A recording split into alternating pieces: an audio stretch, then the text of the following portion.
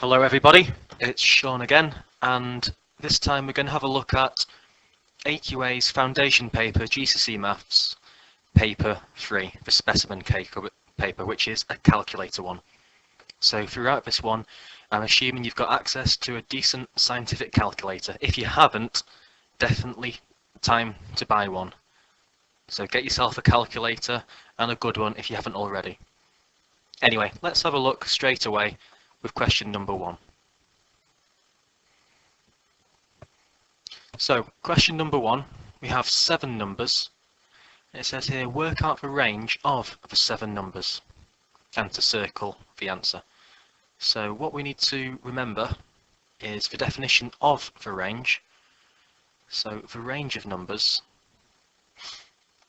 means the highest number, the biggest, subtracted from the smallest.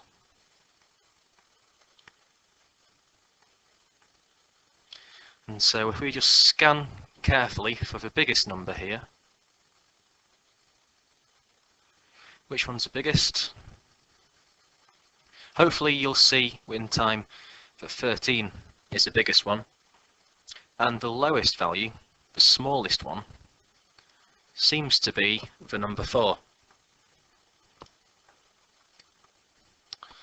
So being as the range is the highest take away the lowest, that'll mean our answer is going to be 13 take away 4, which your calculator will tell you is 9.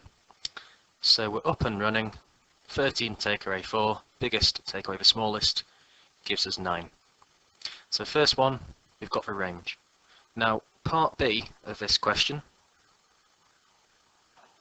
again the same 7 numbers, now we're asked for what the mode is. So the mode of a set of numbers means the most common value. So which value do we see most of?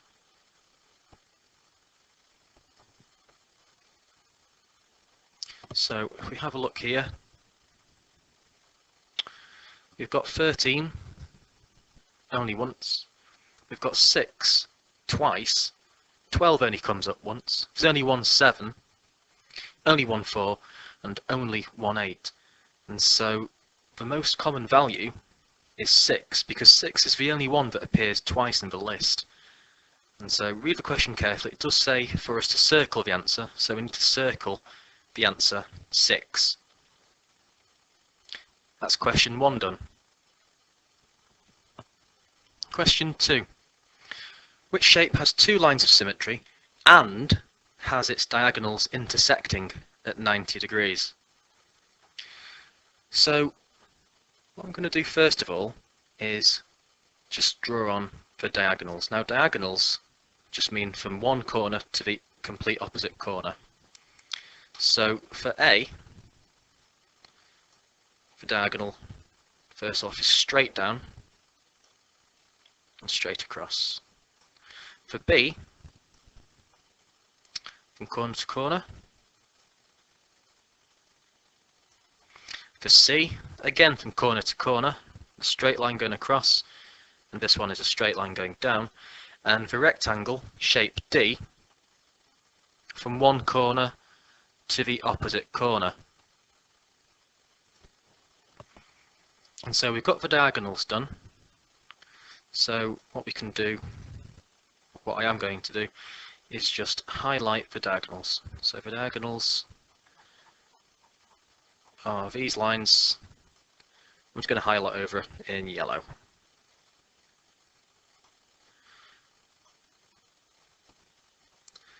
So each shape has 2 diagonals because each one of these is a 4-sided shape. But the second thing we need to think about is lines of symmetry.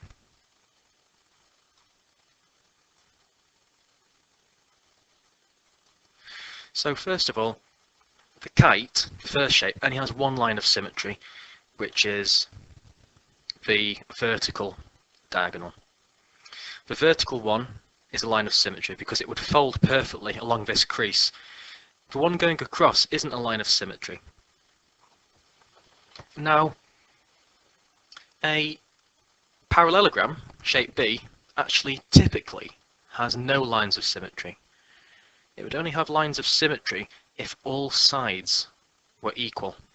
But this one isn't. This one's a shorter side, and the top and bottom are a pair of longer sides. And so this one isn't symmetrical. You can actually see this yourself if you were to use, for example, a makeshift mirror, which you can't do in the exam, but you can see now using a mirror or device in which you can mirror. If you put the mirror along one of these diagonals, it wouldn't look at all like a parallelogram in the other side. It would look completely different. C does have two lines of symmetry though. There's a line of symmetry going across and going down, as does D, but these lines of symmetry are actually straight down and straight across. A rectangle's got two lines of symmetry. So it's between C and D, but which one is it? It mentions about the diagonals intersecting. Intersect just means crossing at 90 degrees. Now, if we have a look at the rectangle, these diagonals here, this is quite a big angle, that's an obtuse angle, not 90. And these two other smaller ones are definitely less than 90. And so the diagonals don't cross at 90-degree angles, but if you have a look at the rhombus, C, these do cross at 90-degree angles, and so these do intersect at 90 degrees. And for that reason, C is the one we need to circle, because C has got two lines of symmetry, which are the two diagonals, and the diagonals also cross over and make 90-degree angles with each other.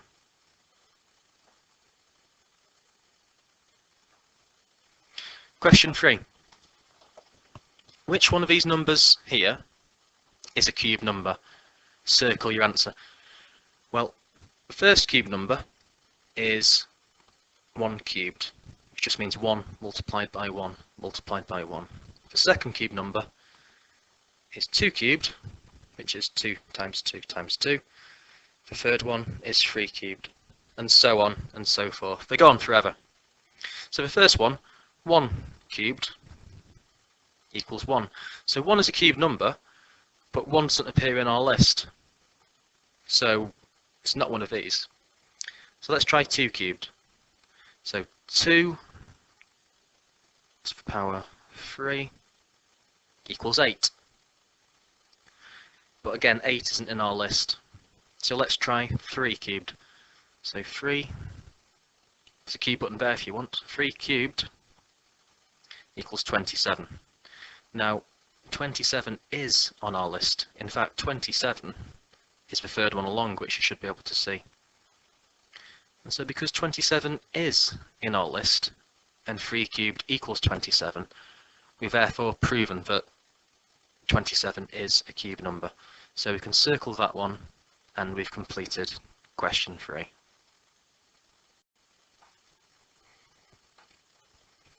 Question 4. Liz buys a car for £7,500 and she pays a deposit of £1,875. What a deposit is it something you pay up front in advance. It's a lump payment you make in advance of other payments. So a deposit is whatever you pay first. And so in this case, the deposit of £1,875 means she doesn't have quite as much left to pay. So the value of the car is £7,500. She then pays a deposit of £1,875. So we can work out how much is left to pay by doing 7,500 take away 1,875. One too many zeros. 1,875. And the answer to that is 5,625. And so Liz still has 5,625 left over to pay.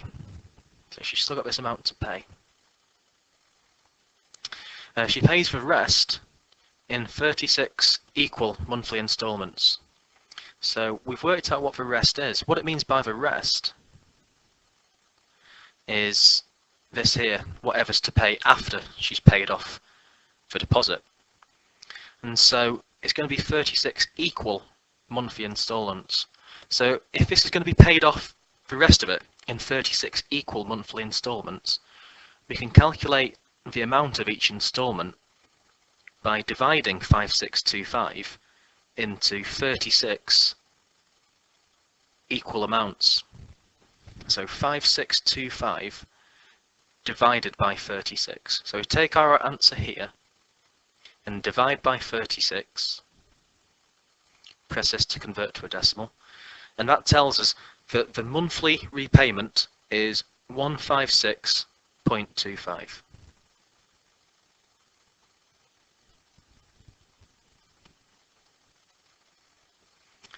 And that's pretty much it. The amount of each monthly payment, our final answer essentially, is this, 156.25. So that gets put on your answer line and you're done. For question 4 anyway. Question 5. 120 men and 80 women were asked if they'd drive to work. Altogether, a quarter of the people said yes. A quarter of the people means a quarter of the men and women combined. So the total people we're talking about will be the 120 men plus the 80 women, which is 200. It says a quarter of the people say yes. So now we know that there's 200 people altogether, we can work out a quarter of 200.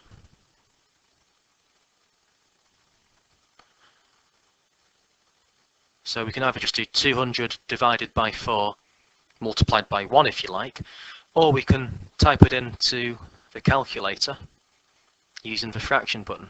So 1/4 of works as a multiplication, 1/4 of 200, and that of a 0 again.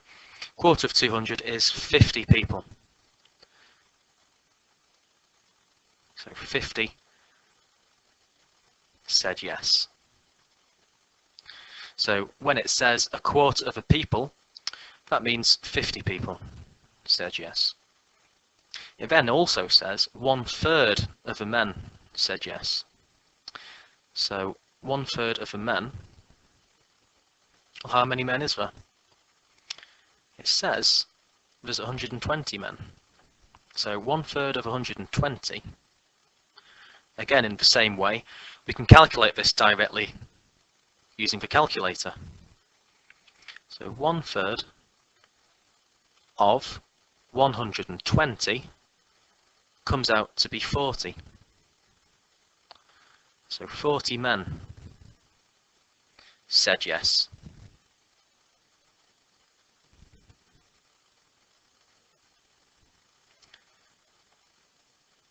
So 1/3 of the men, that means 40 men said yes. So if 50 people altogether said yes, 40 of them were men, that must mean the other 10 must have been women. So 50 take away 40 equals 10 women said yes. But the question here doesn't ask us for what number of women said yes, it's what fraction of the women said yes. So because it's asking for a fraction of the women, we need to write the number of women, which is 10, as a fraction of the total women. And so 10 women out of a total of 80, computing as 10 over 80, which in itself will simplify down. So without a calculator, we could divide top and bottom by 10, which would get us to 1/8. But because this is a calculator paper, it's best to be safe rather than sorry. The calculator can do that for us.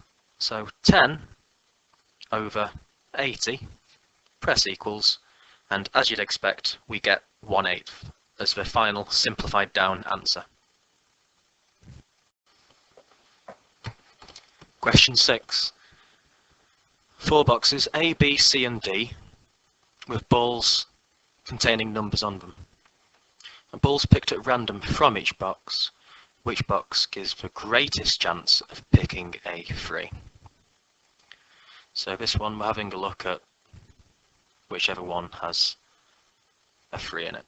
So box A, box B, box C's got 2 3s, and box D, again, it's got 2 3s.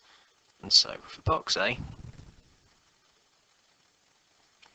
how many balls has a number 3? Well, only 1 out of 6, because there's 6 balls in total, and only 1 has a number 3 on it. So 1 out of 6, how would that be written as a fraction? 1 on top, whatever comes after the word of goes on the bottom. So box A, 1 out of 6. Box B, again there's only 1 3, but this time there's only 3 balls in box B. So that's 1 out of 3. So box B at the minute is actually the most likely. Box C, how many balls have a 3 on them? Actually it's 2 out of 5. So for box C we can say 2 out of 5 have a 3 on them, and 2 out of 5 we can write as 2/5. And finally box D, that's 2 out of 4, and 2 out of 4 we can write as 2 over 4, which is a half. So if you're happy comparing fractions like this and you know which one it is, you could just hopefully spot that the most likely, the biggest probability, is actually 1/2, which is for box D.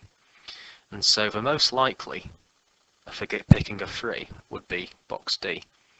And so we can fill this in now and just say our final answer for part A is box D. But let's just say you weren't too comfortable knowing which fraction is biggest. I'll just show you now using a calculator how you might be able to do that. First one, 1 out of 6, we can convert into a decimal. Now because we use money most days, if we imagine the fraction as its decimal money equivalent, it's much easier to relate to. So this is 0.16 with a dot on, but that dot means the 6 goes on forever. It's 6 recurring. So to the nearest penny as a decimal, to 2 decimal places, 1/6 is approximately 0.17. And so we could make a note. We wouldn't have to, I'm just saying if you weren't sure, this is how you could double check. So decimal equivalent probability, that's about 0.17, or 17 pence if you'd like. B, 1 out of 3, again we can just convert 1/3 to a decimal. 0.3 recurring, which is roughly 0.33 to 2 decimal places. So this one, for B, for probability of picking, is 0.33. So about 33p. C, 2 out of 5. So if we convert 2/5 to a decimal, we'd get 0.4. After the 4 is nothing. Nothing in maths, we can put it down as 0. So this is 0.40, which in money would be 0.40p. And D, half. In the same way, a half would say 0.5, which in itself is the same as 0.50. So in money terms, that would be 50p. So you can think of this not as being the greatest probability, but which amount here is the greatest amount of money. 17 pence, 33 pence, 40 pence, or 50 pence. Again, D, 50 pence is the biggest. So that's just another way you can think through part A, if you're more comfortable thinking in terms of decimals instead of fractions. Now, part B It now asks which two boxes give the same chance of picking a 1. So we're not talking about the number 3 now, we're talking about the number 1. So again, let's just highlight the ones to make sure we're not missing any. That's got them all. So again, box A, how many 1s are in box A? Well, there's 2 number 1s out of a total of 6 balls. So 2 out of 6, that's the same as 2 over 6, which your calculator, if you're not sure, would simplify down to 1/3 for you. And box B, how many balls is at number 1? Only 1. And how many balls in total? There's 3. So 1 out of 3, 1 over 3. So already we don't even need to check box C and box D, because the question shows there's only 2 boxes which give the same chance of picking a 1. Now, since we've found 2 boxes which give the same probability, we can therefore know it must be box A and box B without having to check the others. And so on our answer line, we can safely put down it's box A and box B. And that's question 6 wrapped up. Question 7. Zane records his weekly sales, and every week he has costs of £87.50. And we need to work out his profit in week 1. So it's worth just reminding you what profit is. So profit can be calculated as the difference between money made, so it's money in, minus money paid out. So in simplest terms, profit can be thought of as money coming in minus money going out. So money in is from his sales. So for week 1, which is the first bar of this bar chart, his sales we can find out by just reading off the height of this bar. So it's almost up to 250. It's 1 square off 250. Each little square is worth 10. 200, 210, 20, 30, 40. So his sales, the money in week 1 from his sales is £240. And the money out for week 1, well, it says every week it's the same. So week 1 will be no exception. The money he's going to pay out will be £87.50. So all that's left to do for part A is to put these figures in our calculator, like I've done here before. 240 minus £87.50 gives us 152.5. Now 0.5 means a half, so in terms of money, that would mean £152.50. So all we needed to do for this one is to work out his money in from sales, which from the bar chart we read as 240, and subtract from that the money he pays out, which is the same every week at £87.50, which again, it does say clearly in the question. So moving on to part B of the same question, his sales in week 4 were only half of his sales in week 1. So from part A, we figured out the weekly sales for week 1 were £240. And so if we're being told now that his sales in week 4 are half his sales in week 1, we can calculate his week 4 sales by just working out half of 240. So half of £240, you can do it on a calculator or, you know, in your head if you wanted. Well, if it's a calculator paper, we may as well just play it safe. Half of 240, you should know it's 120 really, but just to check. Yeah, there you go, 120. So that tells us that his week 4 sales must be £120. But Zane reckons that it must mean that his profit in week 4 was half of his profit in week 1. Well, the way of thinking about this one is to just calculate it directly, but his sales have been halved, but his costs haven't been halved. If both were halved, he'd be right. The best way of doing it is just to directly calculate it using the profit formula I mentioned in part A. Just to remind you, profit equals money in minus money out.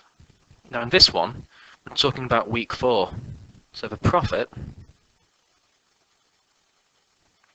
which is week 4 sales, which is the money in part, take away costs, which is what I mentioned before but termed it money out. So sales, as we were told, it's only half of 240, so in this case the sales are £120. We're going to subtract the costs. Now the costs, as I mentioned in part A, the costs are still £87.50. They've not changed. So costs, again we're going to subtract £87.50 from 120.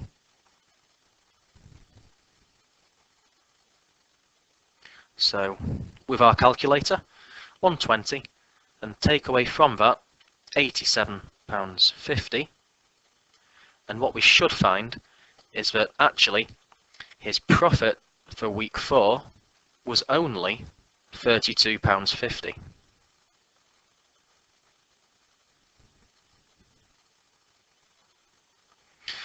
But he thinks it should mean that his profit in week 4 was half of profit in week 1. Well, half of week 1's profit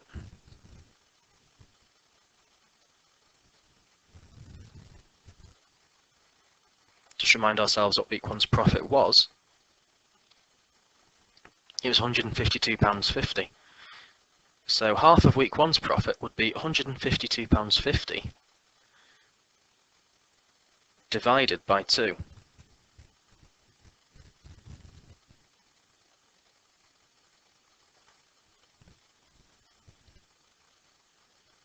So £152.50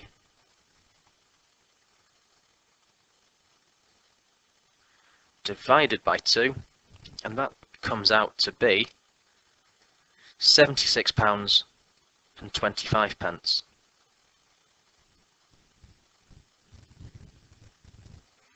And so returning to the original question for part B, is he correct in thinking that his week 4 profits were half of his week 1 profits? Then clearly, no, he's wrong. The profit in week 4 was less than half.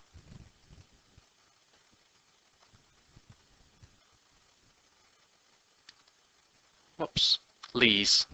Oh dear me. I meant to say less, must be tired. It's less than the profit.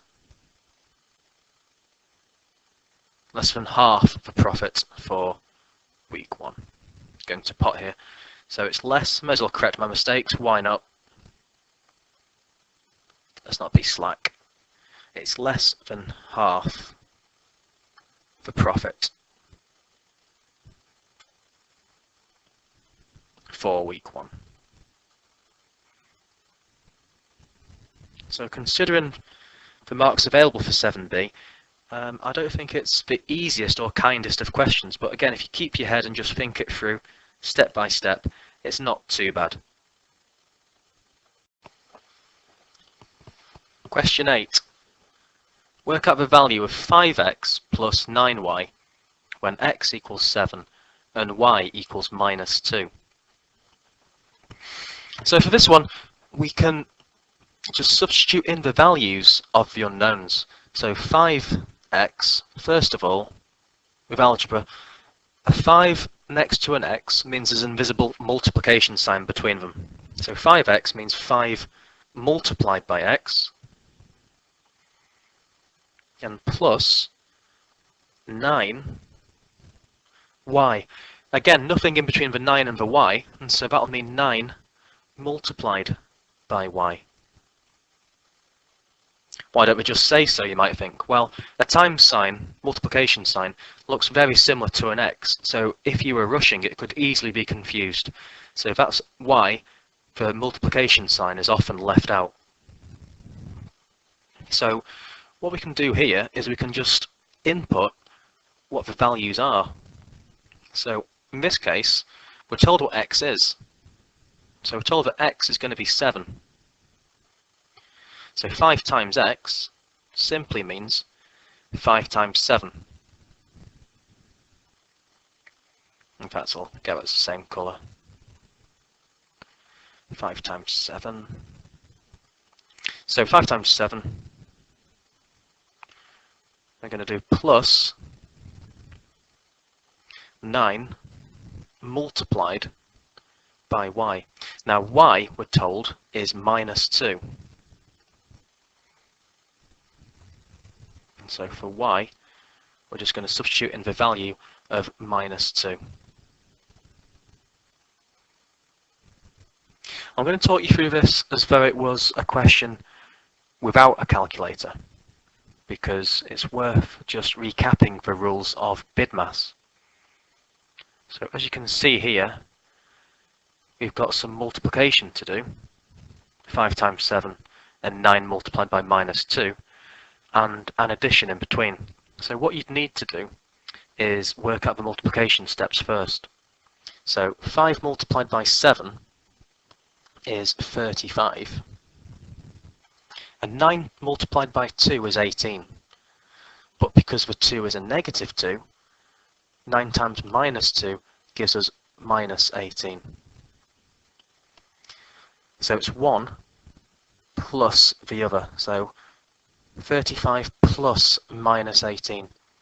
If the two signs next to each other, and we're not multiplying or dividing things, if you've got two signs next to each other, a plus and a minus, or a minus and a plus, mixed makes minus. Credit to Matthew Knight for that one, he taught me. Mixed makes minus. A plus and a minus together can be replaced with a minus 18. So 35 minus 18, it should equal 17. Now I'm going to show you how you can work this on a calculator, because obviously if it's calculator paper, best being safe rather than sorry. And just to illustrate how easy these calculators can make things, 5 multiplied by x, so we type in 5 times 7 plus 9 multiplied by minus 2, press equals, and you get 17 straight away. So obviously it helps to understand where the answer comes from, but using your calculator you can get there quite simply and easily, as long as you're comfortable with a calculator and you've bought one. So if you've not got yourself a calculator yet, get one. Ooh. Question 9. Points -1, 0 and 1, 4 are the diagonally opposite corners of a square. So what I'm going to suggest we do first is to plot these points. So -1, 0 means -1 on the x-axis and 0 up. So we're not going to go up at all, we're just going to put it here. Like so. And 1, 4 means 1 along and 4 up, which we can plot here. And so what we're told is that that's the diagonally opposite corners of a square. And so if this is one corner, that's the corner diagonally opposite to it. So what you should know about the properties of a square is the diagonals meet halfway along. So the diagonals cross halfway along each other. And so if you have a look at this diagonal and find the halfway point, you should find that the halfway point here is 0, 2. And so that's where the other diagonal will cross. And so just to make it clear where the points are coming from, that's minus 1, 0, and the other point 1, 4 is here. So what's going to happen is, if you look at this line, halfway along this line is here. So that's where the diagonals are going to cross, as I say. Now the other property about the square, which you should hopefully know, is that the diagonals of a square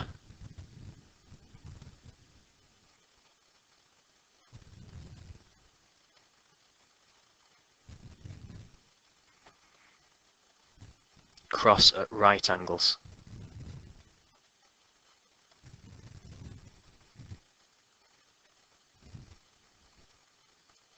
Which is just another way of saying 90 degrees. So once you know that this point here is the halfway point where they're going to cross, what you could do, optionally, is to get out a protractor and just put the protractor over the point 0, 2. Whoops. And then from there, measure a 90-degree angle from there. So get the 0 line in line with where the line starts, which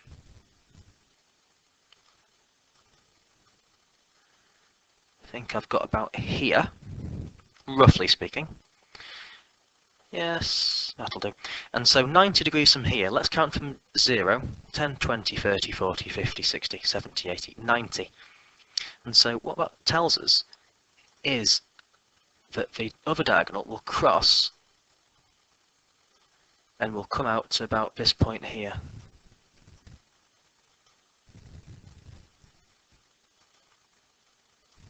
So it's made a little mark where 90 degrees is.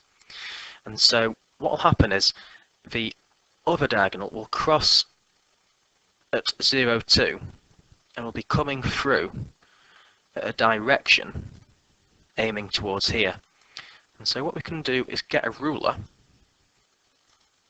and aim the ruler so it's in the right direction to what it's going to need to be.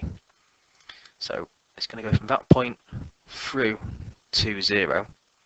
And what you should hopefully be able to see, making sure that the diagonal is the same length, is that the other diagonal is going to go from here through to this point here.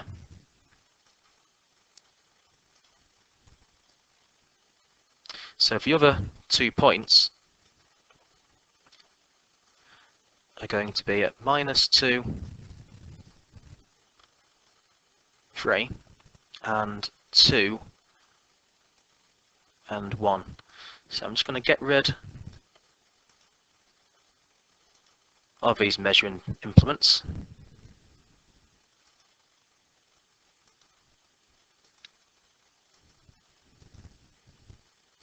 Try that again.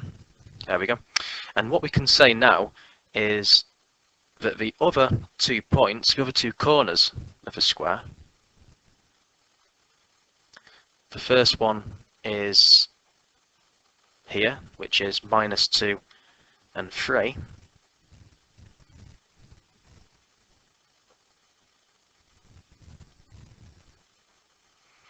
And the other point over here, which is 2 along and 1 up. And so these are the 2 points. Not that you need to, but if you wanted to, what you could do is join all the points up and make it into the finished article. And if you were to do that, you'd see that from corner to corner, it would create a square. The 2 diagonals crossing over, meeting in the middle at 0, 2. Question 10. So this is Hooke's law, essentially. Ask your physics teacher about this. I'm not going to go into it here, but it's quite interesting. This is going to be springs. So in an experiment, different masses are hung on a spring. The length of the spring is measured for each mass. And so it says draw a graph to show the length of a spring for masses from 10 kilograms to 40 kilograms. So what we're going to have here is 4 different points, and we need to draw a graph through them. So first point will be at 10 and 20.8. Second point will be this one. Third point will be these coordinates. The final point will be these 2 points plotted as coordinates. So the first one, mass of 10 and a length of 20.8. So we go along to 10 and up to 20.8. Now just check the scale of the y-axis. This is 20.5. 5 little squares up gets us to 21.0. And so each little square must be worth 0.1. And so this is 20.6, 0.7, and 0.8 would be here. Like this. Now we need to go to 20 and 21.6. So that's 21, 21.5, 21.6 will be here. 30 and 22.4. So again, along to 30 and up to the point of 22.4 will be this point over here. And the final one to plot, 40 grams, 40 along and 23.2 up, would be this point here. So again, just plot a point here. And what you should find between each of these points, first one here, and the second one, third and fourth. I'm not saying you should need to highlight or even should highlight your points in the exam, but just to make it clear where these points have come from and how they've been generated from the figures in the table. What you should find here, if you use a ruler and do a straight line through each of the points, each point will lie perfectly on this straight line, like so. And so that's part A done, and we've done the graph. Part B, it says estimate the length of a string with no mass hung on it. So if we just go back to 10A for a second, no mass hung on it means when 0 grams is being hung. And so what we need to find is where the line crosses the y-axis when 0 grams is hung on. And so this one is almost exactly 20.0. And so when no weight at all is hung, what the length of the spring would be 20 grams here. So for part B, we just need to answer using the graph you've done before, which I'm not going to repeat, but it's on part A, is 20 grams.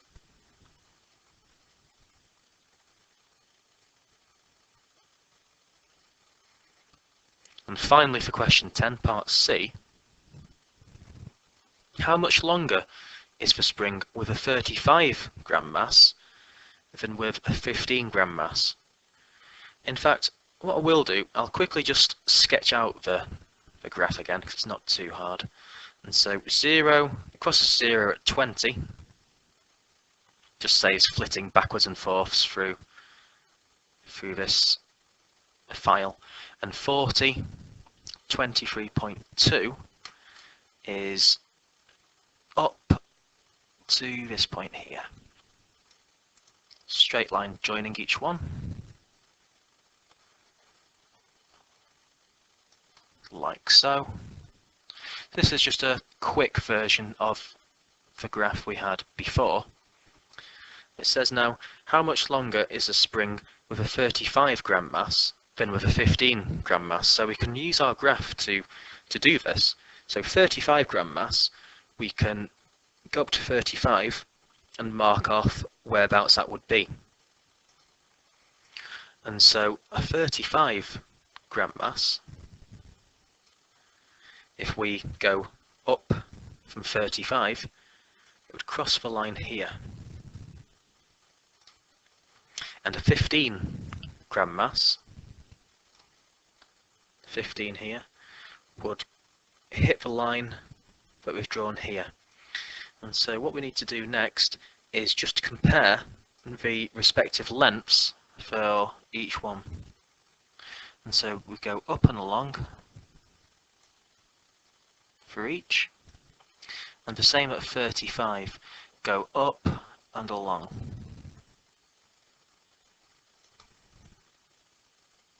Like so. And so what we should find to the nearest point, to the nearest one decimal place at least, is when we have a look at the 35 gram mass, which we've done here.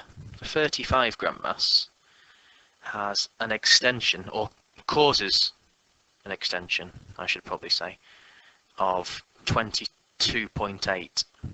And so this one here is 22.8.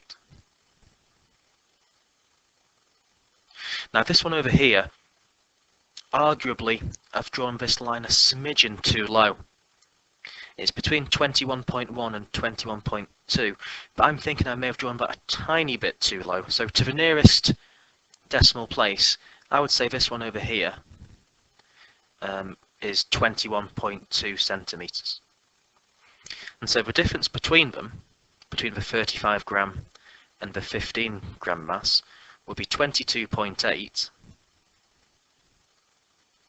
subtract 21.2, which your calculator should tell you is 1.6 grams.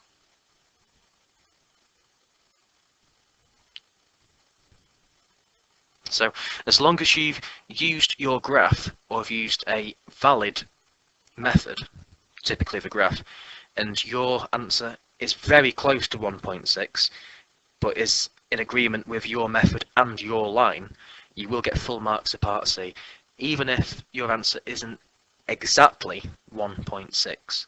However, the answer should be extremely close to 1.6. I would think, to be honest, 1.6 exactly. Question 11, a sequence question. So we've got here a sequence of patterns that uses grey squares and white squares. And for part A, we need to work out the total number of squares in pattern 100. And so one thing you could do the long way will be to work out the sequence and carry it on to the 100th number. I definitely wouldn't recommend doing that. So we're on about here the total number of squares altogether. So for pattern number 1, total number of squares, white plus grey combined, because it says total, 2, 4, 6. So first of all, we've got 6. Pattern number 2, 3, 6, 9. For pattern number 3, 3, 6, 9, 12 squares altogether for pattern number 3. And for pattern number 4, 3, 6, 9, 12, 15.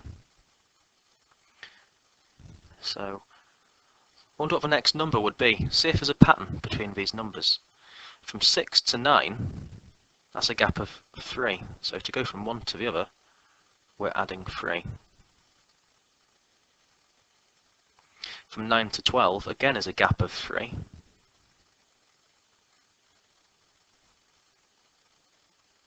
And from 12 to 15, again you guessed it, it's a gap of 3. So this is what's known as an arithmetic progression. But you've probably heard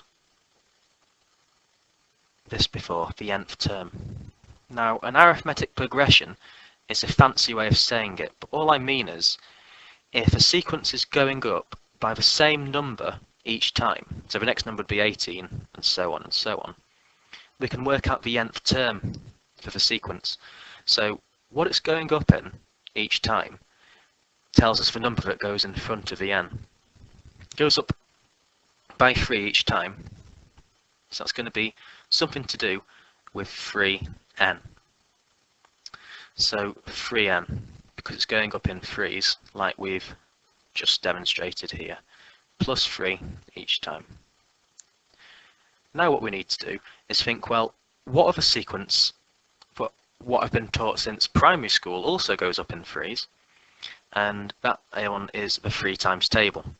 So what you need to do, or what you can do, I should say, is compare the sequence here to the 3 times table. So the 3 times table goes 3, 6, 9, 12, 15. In fact, all you need is just the first number, 3, and compare your sequence with the 3 times table. Now, the sequence we've got here, beginning in 6, is higher than the 3 times table by 3. It's 3 higher, so again, plus 3.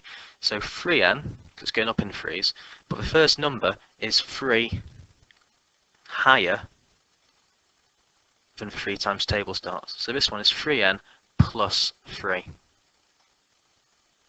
Now, your teacher may refer to the 0th term, which is another way of doing it, which is absolutely fine.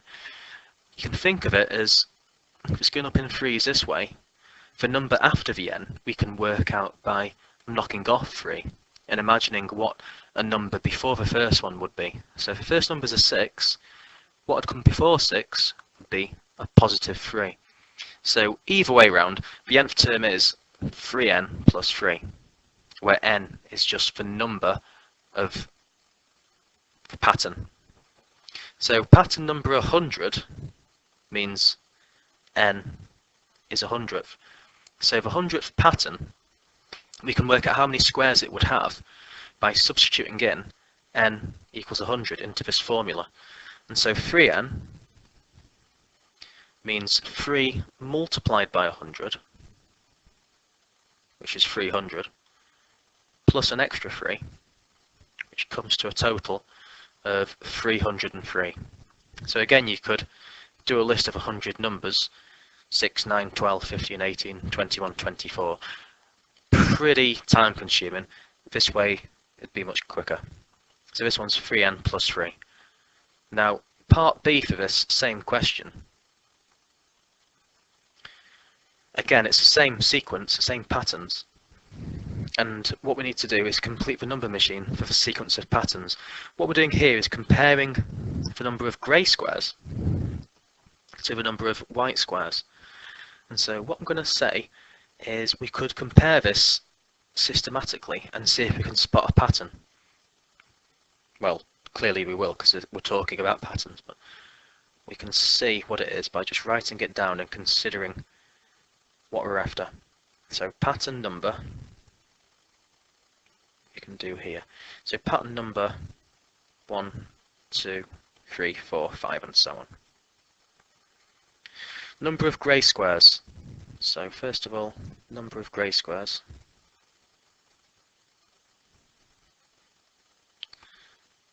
Now, if you have a look at the number of grey squares for each one, 1, 2, 3, 4, it's exactly the same as a pattern number. So the number of grey squares is just the 1 times table, really. And the number of white squares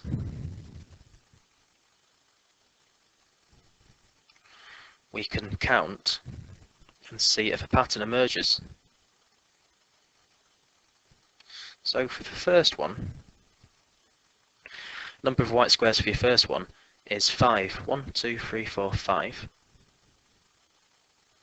Pattern number 2, 1, 2, 3, 4, 5, 6, 7. Pattern number 3, 1, 2, 3, 4, 5, 6, 7, 8, 9. Pattern number 4 is 11. Hopefully now you can spot a pattern. They're going up in 2 each time. So the next one would be 13 if there were a fifth one drawn. And so the number of white squares is going up in 2s. Now whatever it's going up in goes before the n. So the number of white squares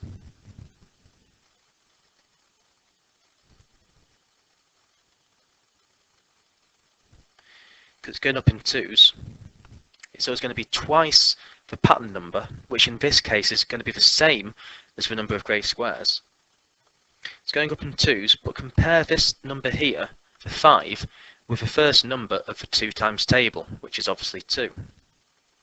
Is 5 higher or lower than 2?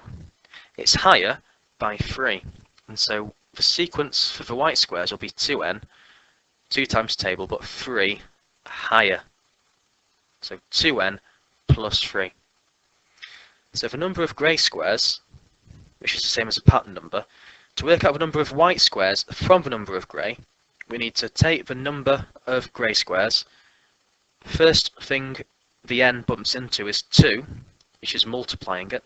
So the first thing is we multiply by 2 because of this 2n part. And then after we've multiplied by 2, then we can add on this 3.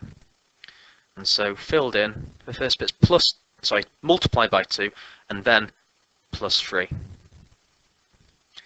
And then we're done for question 11. Question 12. Squirrels are red or grey in Scotland, and we've been given a ratio here. The number of red squirrels to the number of grey squirrels is 1 to 2.5. What I'd notice about this ratio is it's made harder by the fact that one of the values in the ratio is a fraction. And so what we could do, we could get rid of the fraction by multiplying. How many halves make a whole? It's 2. So what we could do is take the 2.5 and multiply by 2, which would give us 5. And over here we have to do the same to the other number. So 1 we need to multiply by 2 as well, and 1 times 2 is obviously 2. Now, ratio simplifies in the same way as fractions, and your calculator can be used to do this, but I'd prefer you to do it without a calculator if possible, because using a calculator for ratios and with fractions could easily confuse. It says, what fraction of the squirrels in Scotland are red? We'll come to that in a second. I'll just show you what I mean with this calculator method. So if you were to use the fraction button here, consider the top number as the left-hand side number of the ratio. Whoops. And the bottom number is 2.5. So let's call it 2.5. If you want to, you could even embed a fraction into a fraction, but I'll just show you now. So on the bottom, 2.5. So you can do all sorts on these calculators. That would give you 2/5. So that tells you that as whole numbers, the left number would be a 2. The right hand side number becomes 5.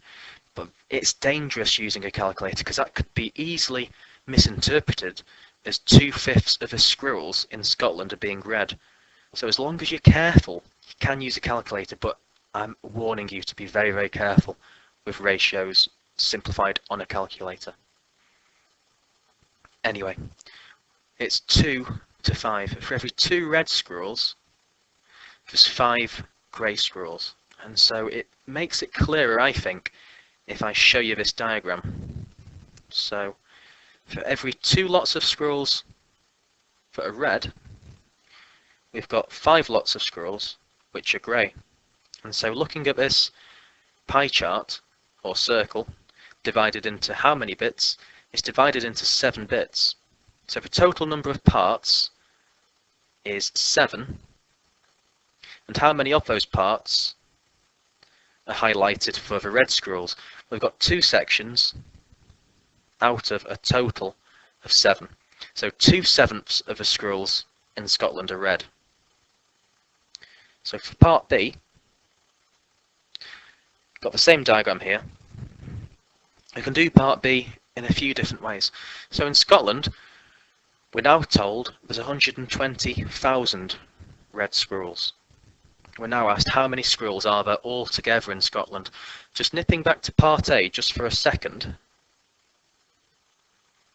we're told that the fraction of red squirrels is 2/7. So 2/7 of the squirrels are red. and we've been told that 2/7, which are red, is the same as 120. So 2/7 of the squirrels is the same as 120,000. And so this bit of our circle represents 120,000. So if 2 parts represents 120,000, then each one section will just be half of 120,000, which would be a total of 60,000. I'm just going to say 60k, so I'm not squeezing, writing on thousands in these little bits of the circle. So each part of this equally sliced up circle must be 60k. Thinking of it without the diagram, if 2/7 are 120,000, then 1/7, to go from 2/7 down to 1/7, we just half. So half of 120,000 would be 60,000. But because this diagram is split up into equal parts, a ratio splits things into equal parts, so 2 parts red squirrels, 5 parts grey, as before, each part is worth the same amount. So these grey parts will also be representing 60,000. I'm just saying 60k, where the k represents thousands. So altogether, we've got 7 lots of 60,000 squirrels, not bothering about the colour. Altogether, 7 lots of 60,000. There's 7/7 in a whole, just linking it back to this method if you didn't want to use this picture diagram. 7/7, the full thing, will be 7 times 60,000. And 7 times 60,000, be careful with your zeros, 7 times 60,000 should come to a grand total of 420,000 squirrels in Scotland. 420,000. 7 times 60,000 is 420,000. Just very briefly, another way of arriving at the same conclusion. This ratio here means for every 1 lot of red squirrels, there's 2.5 times as many that are grey. And so if we've got 120,000 which are red, 120k, I'm just going to say, then we'll have 2.5 times this number that will be grey squirrels. And so if we took 120,000 and multiplied it by 2.5, now to get a mixed number on a calculator, it's shift fraction button, times by 2.5. That would tell us how many grey squirrels there are directly, which should be 300,000. So if I just call that 300k, just to be brief. Then altogether, we'd come to the same conclusion. 120,000 red plus 300,000 grey would again give us the same conclusion of 420,000 squirrels altogether in bonnie Scotland. Question number 13.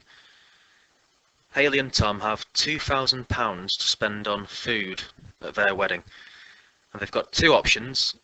One option is Wonderful Weddings, which has a special offer of 10% off, and the other option is Kim the Caterer. And so, because it's such a big 5-mark question, and we need to work out the maximum number of people they can pay for, and we need to show working to compare the maximum number of people for both options, what I'd suggest you do is to divide your page, or divide your working area into 2 parts. So one part for Wonderful Weddings, the other part for Kim the Caterer. And so we need to work out the maximum number of people they can pay for. So for Wonderful Weddings, there's a discount here of 10% off. And so the normal price is £32 per person. But 10% off, we can work out first of all what 10% of 32 is. So first of all, 10%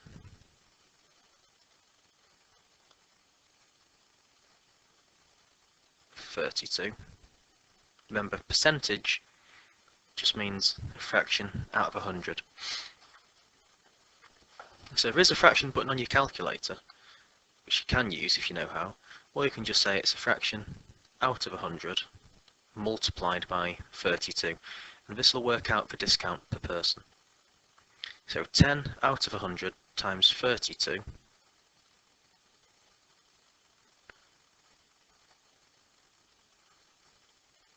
or we can just divide by 10, move a decimal back one digit, we'd get £3.20.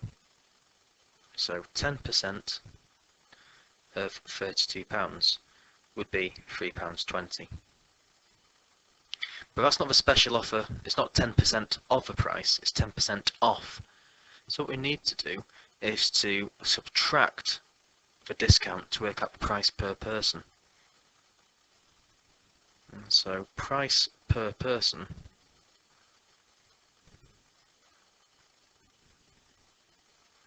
will be the £32 it was before, less the 10% discount, which you've just worked out was £3.20. And so 32 take away £3.20, that would come to £28.80 per person.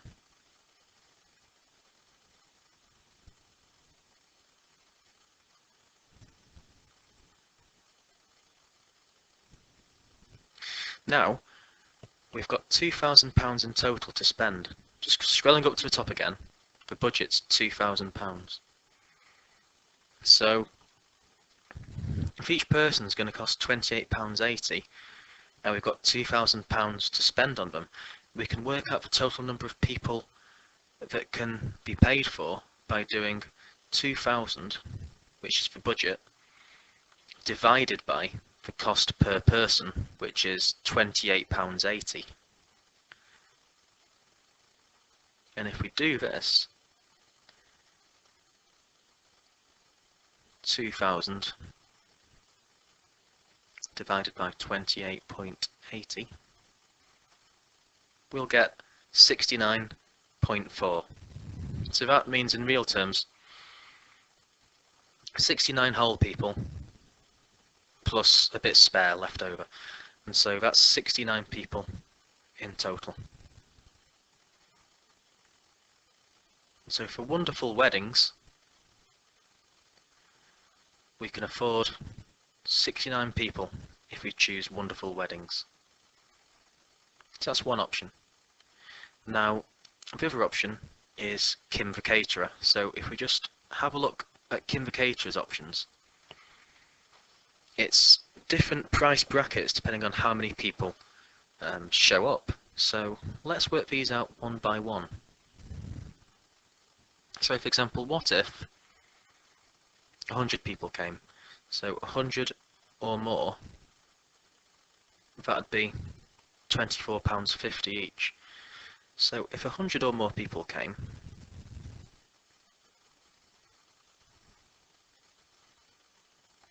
we can work out the minimum cost.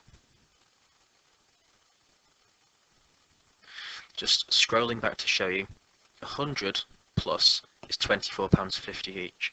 So the total cost,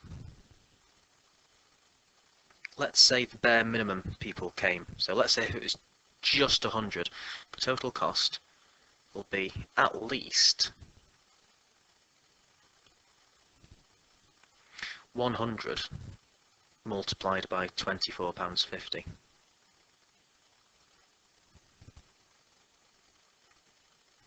So 100 multiplied by £24.50, again we can work out using the calculator if need be. 100 multiplied by £24.50 gives us a total of 2,450. I'm writing in red, but on your exam, don't write in anything but black. I'm just trying to do it to show the different price brackets. So 100 and over would be 2,450. But the budget they have is only £2,000, remember. And so 100 or more people isn't doable because that's over budget. That's too expensive. So definitely 100 people can't go. So let's try, just putting that one to bed, let's try the second option. What if between 80 and 99 people went? That'd be £26.50. So let's try working out how much that would price out to be. So 80 to 99 people,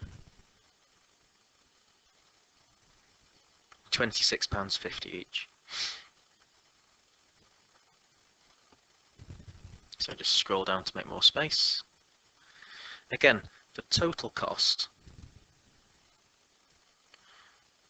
we can work out would be at least,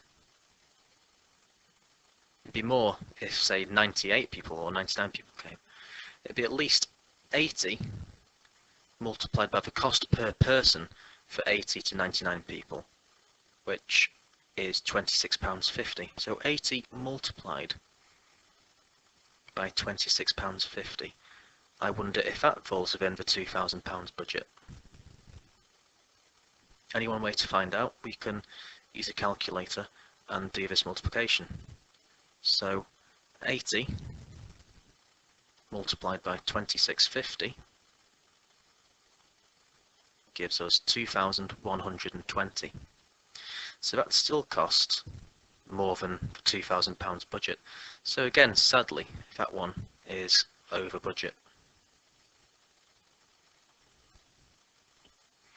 So 80 plus people is out of the question. So what we need to look at next is the next price bracket, which is 60 to 79 people. That comes in at £28.50. So let's have a look at 60 to 79 people. So for 60 to 79 people, the cost will be, again, I'm going to say at least 60 multiplied by the cost per person in this price bracket. Now if it's 60 to 79 people, that's £28.50 per head. So 60 multiplied by £28.50, and we can see if this one's in budget. So 60 multiplied by £28.50 is 1710, £1,710. Now that's within the budget, that's doable, because that's less than £2,000. And so what we worked out here is if we use Kim the caterer, it'll be paying a price per person of £28.50. Okay, so compare this to the other one, Wonderful Weddings. It was £28.80 per person. This is slightly cheaper, and so it's looking like we should be able to maybe squeeze another few people in, but let's work it out. So using Kim the caterer, if it's £28.50 each and the budget is £2,000, I'm just going to extend the page ever so slightly even more. The total number of people we can afford to bring would be 2,000 divided by the cost per head, which we can afford £28.50 each. So 2,000 divided by 28.50, trying to use as much of that 2,000 budget as we can.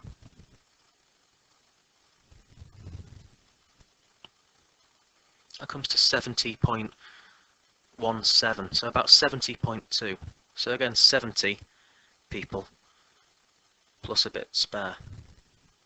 So to the nearest number of people, that's 70 people. So it's very close between the two options. So on one hand, we've got 69. On the other hand, using the option of Kim the caterer, we get 70 people. And so returning to the original headline question, which was work out the maximum number of people they can pay for, the maximum number is 70, because 70 is bigger than 69. So the final answer, just comparing these two, is that maximum number of people is 70.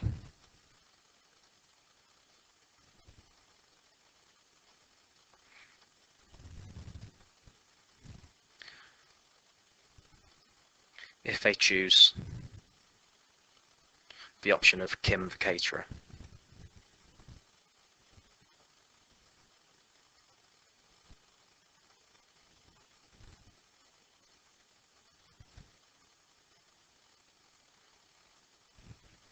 So final answer, the maximum number of people, with the working to back you up, it's going to be 70. Question 14, we have an equation to solve. So it's 4 brackets x plus 5 equals 15. What I'd suggest first of all, as an initial step, would be to expand out these brackets by taking the 4 and multiplying it by both the x and the 5 on the inside of the brackets. So first of all, just expand out the brackets. 4 multiplied by x is 4x, and 4 multiplied by 5 is 20. So first step, we get 4x plus 20 equals 15. Now what I'm going to do, after expanding the brackets, I'm going to copy out this step on the other side of the screen, where I'm going to show you a different method. As long as you can obtain the answer and understand it, it doesn't really matter what method you use, as long as it's valid and you can explain it in your working to the examiner. So using the first method, we want to aim to have x on its own. And so what we could do is move this plus 20 to the other side of the equation. Now whenever we swap the side, we swap the sign. So this plus 20, when it moves to the other side, will become a minus 20. And so if we just check on a calculator, because it's involving minus numbers, 15 minus 20 is minus 5. So 4x equals minus 5. But we don't want to know what 4x's are, we want just 1x ultimately. So how can we get rid of this 4? We need to ask, what is the 4 doing to the x? If there's no instruction next to two things in algebra, it will always mean one is multiplying the other. And so that 4 is multiplying the x. And so if we swap this 4 to the other side, instead of multiplying, on the other side it will become dividing. So x will be minus 5 divided by 4. So if you wanted to, you could leave the answer as minus 5 quarters. X equals minus 5 quarters. Or on the other hand, if you wanted to, you could change that into a decimal. So as a decimal, you can say it's minus 1.25. So either minus 5 quarters or say minus 1.25. Now, I did mention a different method I was going to show you, and this method involves a flow diagram. And what we do, we start off with the letter or thing we're wanting to find, and take it step by step and see what happens to the x. So the first number the x encounters is the 4, which multiplies the x. So first thing that happens to x is we multiply by 4.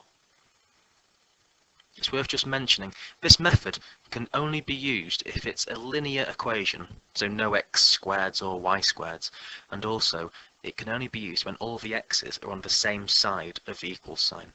If you look here, There's no x's on the right hand side, so this is why we're okay to use it. After being multiplied by 4, we get 4x. The next thing that happens is we then add 20. And after we've added 20, that gives us our value of 15 at the end. And now what we can do is we can work backwards towards x by starting at the end and going the opposite way, doing the opposite thing each time. So because we're doing the opposite way, going from right to left, instead of adding 20, we need to do the opposite, which is minus 20. So as before, 15 minus 20 would give us a middle step answer of minus 5. But if we carry on, above we were multiplying by 4 going this way, so if we go the opposite way, we do the opposite thing and divide by 4. And so if we take the minus 5 we had from this step and divide it by 4, again we'll have x as minus 5 over 4, which you could say is minus 1.25 if you wanted to. So either way you do it, this way, the first way, or even a different way, you should obtain x is minus 5/4 or minus 1.25, which is the same thing in a decimal form. Question 15 is a slight trap, I think, because it mentions mass and a volume. So it's possible to use a density, mass, volume formula triangle for this, but it would be making it slightly more complicated than needs be. What this is it's a simple proportion question. So if 40 cubic centimeters weighs 356 grams, what we could do is work out how much just 1 cubic centimeter would weigh. But to do this, we need to think, how can I go from 40 to just 1? What can I divide or multiply 40 by to get to 1? Well, hopefully you'll recall that any number divided by itself gives the answer of 1. And so what we'd need to do is divide 40 by 40 to get 1. But to keep the balance between the two sides, if we divide the left by 40, we'll need to do exactly the same on the other side to keep it in proportion. And so 356 divided by 40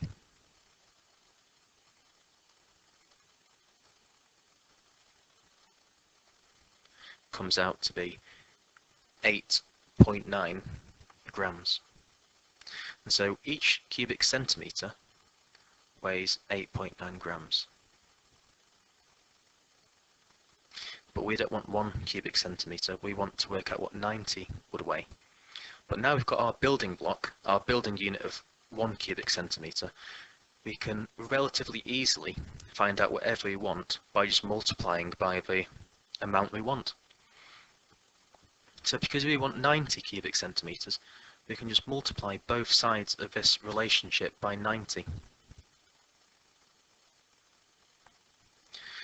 1 multiplied by 90 is 90. And doing the same calculation on the other side, if I just move the calculator so we can see what we're doing, 8.9 multiplied by 90 would give us 801. And so 90 cubic centimetres of this particular mix of copper would weigh 801 grams. And that's what we need to put on our answer line to confirm we've solved it. 801. 16. We're told 24 boys, 45 girls, and 281 adults are members of a badminton club, and 50 more children joined the club. So the number of girls is now 18% of the total number of members, how many of the 50 children that joined were boys? Information overload. So what I'd suggest we do is just take it one step at a time and look what happened before these children joined. So before 50 children joined,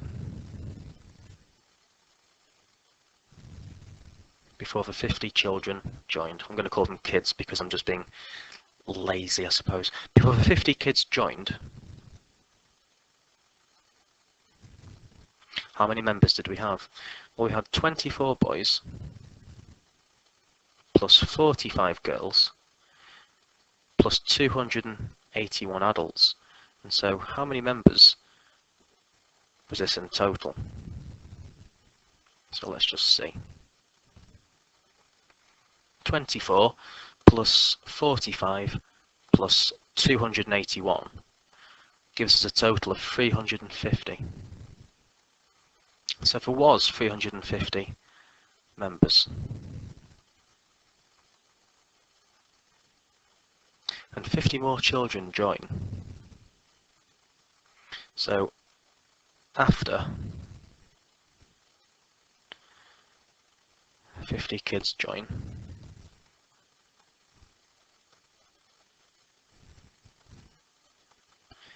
$350 plus 50, that takes the total number of members to 400.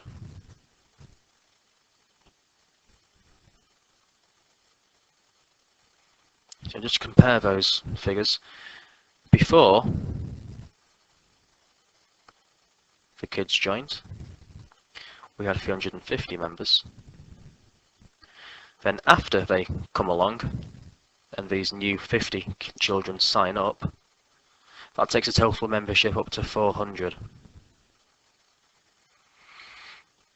So it says the number of girls is now 18% of the total number of members. It stresses now. Now means the new total number. The new total number after the kids have just joined is 400. So the number of girls is now 18% of the total number, which is 400. So the number of girls now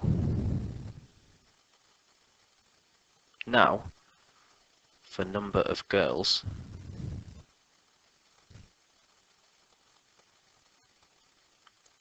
is 18%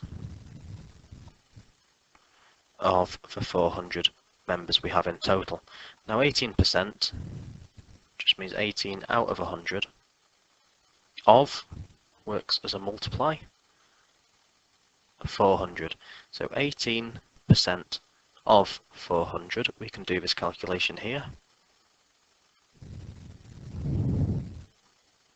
18 out of 100.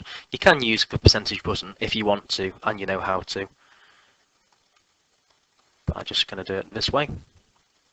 That comes to 72. So now we have 72 girls, apologies. So what we need to do is compare how many girls we had before, which was 45, to how many girls we've got now, which is 72. So how many new girls joined? Well, we can work this out. So therefore, number of new girls, well, 50 new kids joined all together. So the number of these 50 children that joined that were girls, oops, I'm getting the wrong end of the stick. Slow down, Sean. The number of new girls, well, if there used to be 45 and now there's 72, then the difference between the new number and the old number will tell us how many girls joined out of those 50. So 72 subtract 45, that would tell us that 27 girls joined.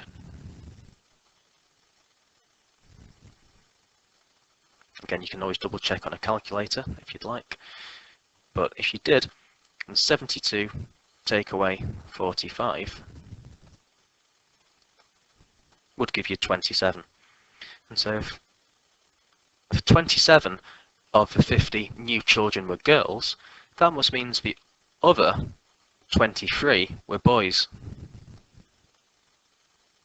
So the number of new boys that have just joined, those 50 new children in total, 27 of which are girls. So 50 take away 27 would be 23. So again, a fairly tricky question, I think, this one. But the number of the 50 children that were boys is 23. So that's our final answer, if you like. So the answer is 23 new boys.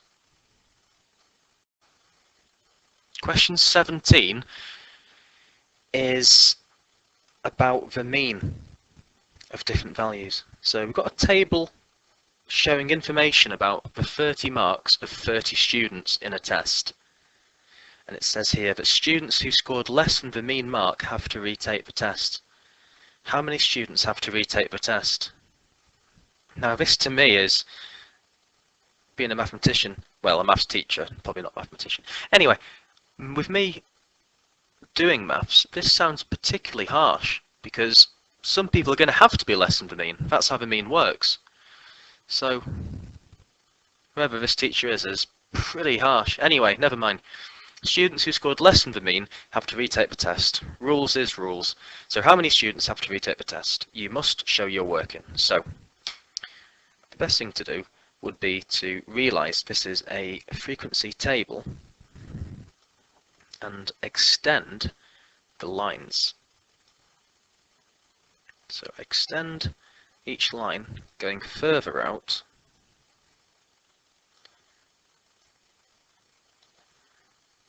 and hopefully you will revise calculating means from tables, because what we need to do here is do the mark multiplied by the frequency.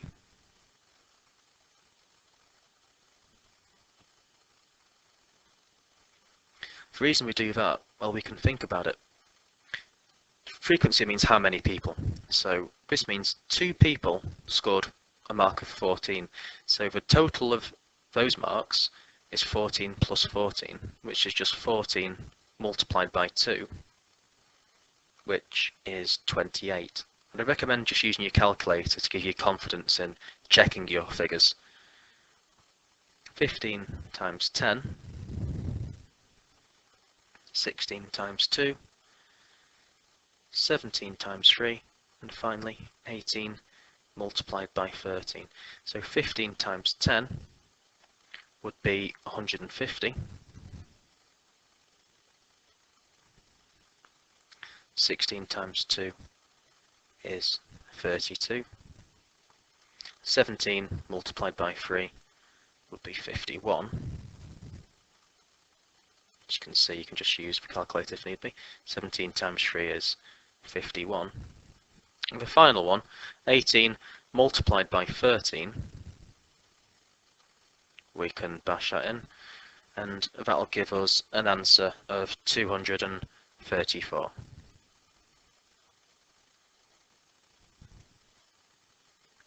So what we need to do now is total up the grand total of all the marks combined. So now what we need to do is work out the total of this column of 5 numbers. So the first value, 28 plus 150 plus 32 plus 51 plus 234 comes to a grand total of 495.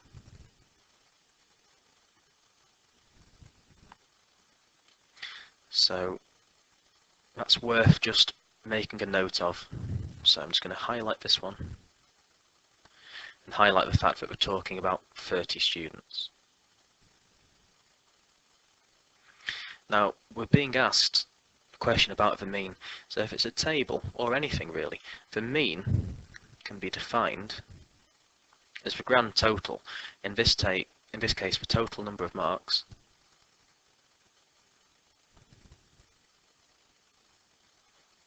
divided by the total number of items. In this case, each mark for each student, so there's 30 different exam scores we've added up. So total marks divided by 30 values. So total marks divided by total students, which I just said is 30. Total marks divided by total student. Total number of marks is 495. Total number of students is 30. As before, I highlighted the 495 for total number of all marks, and 30 is the total number of students. So now what we need to do is 495 divided by 30. So this here, divide it by 30. And we get 16.5. So that tells us that students who scored less than 16.5 have to retake the test. So less than 16.5 includes all those that scored 14, 15 and 16. Above 16.5, 17 or 18 is fine. So how many scored below the threshold of 16.5? Well, the total of all those that scored less than 16.5 are these unfortunate people over here. So how many students have to retake? It's 2 plus 10 plus 2. It's the ones I've highlighted in the aqua colour, because those are the students that have scored either 16, 15 or 14, all of which are less than 16.5. And so that comes to a total of 14 students that have to retake. And that's the final answer. How many students have to retake the test? The answer is 14 of them do. So for question 17, 14 is our solution. Question 18. Work out the square root of 100 million. So the only way you might be able to fall down on this one is if you don't know what 100 million looks like in terms of how many zeros it has. So if you do, that's great, but I'm going to build up the number for you step by step. And so we can do this by just starting with 1 and adding on zeros. So 100 million. Start with 1. That's not 100 million, is it? Obviously not. Add on a 0, that's 10, 100 and 1,000. Now, after 1,000, another 0 makes it 10,000s. Then we get 100,000. After 100,000, you wouldn't say thousand, you'd say millions. So a million is a 1 with 6 zeros after it. We don't want 1 million though, we want 100 of these millions. So you can either just, if you want to play safe, type this in on your calculator and multiply by 100. Or just carry on as we're doing and add on another 0, which is 10 million. Another 0 after that makes it 100 million. So 100 million would be a 1 followed by 8 zeros. So carefully type these in on your calculator because you don't want to miss a 0 right now.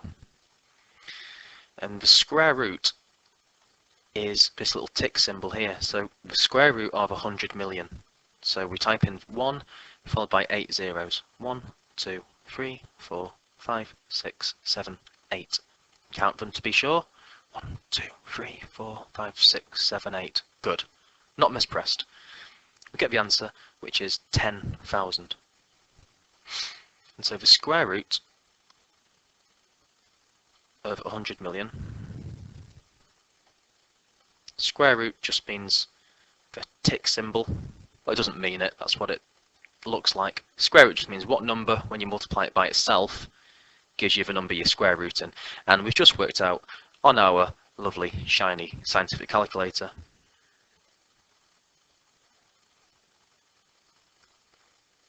but it's 10,000. And so the answer we need to circle would be 10,000. Question 19, the column vector question. So you've got two vectors, A, which is 5 minus 2, and B, which is minus 2, 3. You need to circle the vector A minus B. Now the way these work is you treat each number separately. So A is 5 minus 2 at the bottom, minus B, which is minus 2 and 3. So what you need to do is treat the top numbers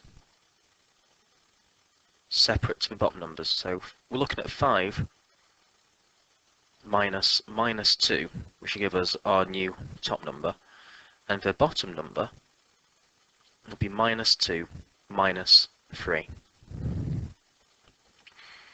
So we can type this in on our calculator if unsure with minus numbers, but I'll explain as I go anyway, because it's always best to explain if possible. 5 minus minus 2. So if we're minusing a minus, two minus signs next to each other can turn into a plus because they work the same as plus. So 5 minus minus 2 is the same as 5 plus 2, which should give us 7. So the top number is going to become 7, and the bottom one, we start with minus 2, and we're taking away a further 3. The minus signs aren't together here, so it's like we're taking away 2 and then taking away a further 3. That's the same as taking away 5. And so minus 2 minus 3 would be minus 5.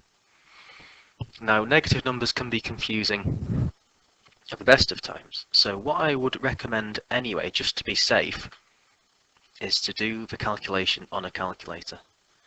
Good calculators are programmed to make dealing with negatives easy. So if we do here 5 minus minus 2 equals 7. And this one here, start with minus 2. You can use the specific minus button as well if you'd like. Minus 2, minus 3. Back when I were a lad, you needed to use this button, and your calculator wouldn't like it at all if you used the minus operation for a minus number. But these days, calculators normally don't mind. And I can't recommend the Casio enough, not that I'm partisan, but that's my personal preference. Anyway, minus 2 minus 3 equals minus 5, as I said. And so, 7 and minus 5, it's got to be the last one we circle. A minus B becomes 7 and minus 5. Question 20, circle the decimal that is closest in value to 2/3. Now, that's a fraction. The options are all decimals. So, what I'd suggest is to think about 2/3 as a decimal too. 2/3 as a decimal is 0.6 recurring. If you press equals and change to this, do not be thinking that's 0.6. There's a dot above the 6, and that dot makes all the difference because it means 0.6 recurring.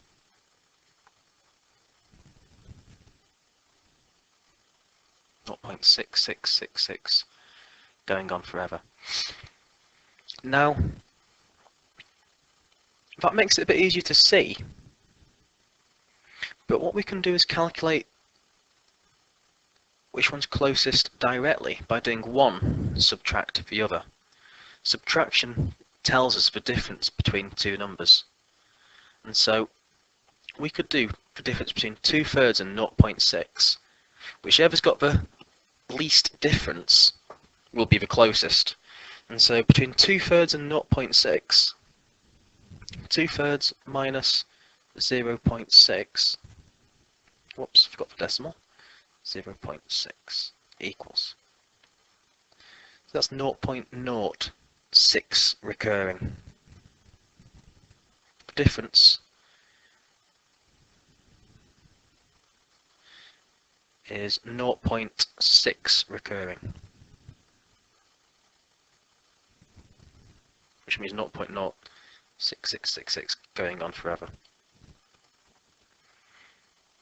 So that's roughly, in terms of money terms, about 0.07. 0.07, so not far off at all. This one, how far away is 0.66 from this one over here? So what we can do is 2/3 subtract 0.66. So 2/3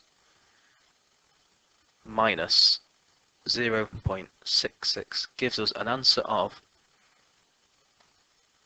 6.666 times 10 to the minus 3. And so what we can do is actually convert that into a decimal. If I just go to mode, shift mode, I'll have it as norm 2. So that's how you can convert from one mode to another. So I wasn't going to go into that, but if you do want your Casio to display decimal answers only, shift mode, 8 for normal mode. There's 2 different options. Go for option 2. The other one was giving a answer in standard form. Anyway, this one, 0.006 recurring. So that one was 1 0 before. Now we've got 2 zeros after the decimal. So that's even smaller difference. So rounded to the nearest penny, very rough rounding, that's a 0. The 6 would make that 0 round up to a 1. So imagine in terms of money, that would be about 1 penny away. That's 7 pennies away. That's only 1 penny away. That's furthest. Sorry, this is further away. This is closest to. If we try 0.67 and see how far away 2/3 is from 0.67, 1 subtracted from the other. This is a minus because what we're taking away is bigger than what we're starting with. So if we just look at the size of a number, forgetting the minus for a second, the actual difference, the absolute difference between 2/3 and 0.67 is 0.00333 recurring. So that won't even round up to 1 pence. And so this is in the lead in terms of being the closest in the middle of a minute. But if we try this one over here, this one matches it even closer. I'm hoping that you might be able to see that without having to go through all this working. The reason I'm going through all this working isn't to suggest that you'd have to in your test, but I'm just going through this working in case you'd want a bit of a deeper explanation in terms of the answer. If you think it's this one and you can see that it's this one, just circle this one and move on in the exam. So 1 mark question, all I'm doing here is just trying to add a bit of depth in terms of why the answer is what it is. So if I were to do this one here, and to do 2/3 subtract 0.667, oops, subtract 0.66, oops, one too many 6's. This one, the absolute size of it is 0.000. And so because there's more zeros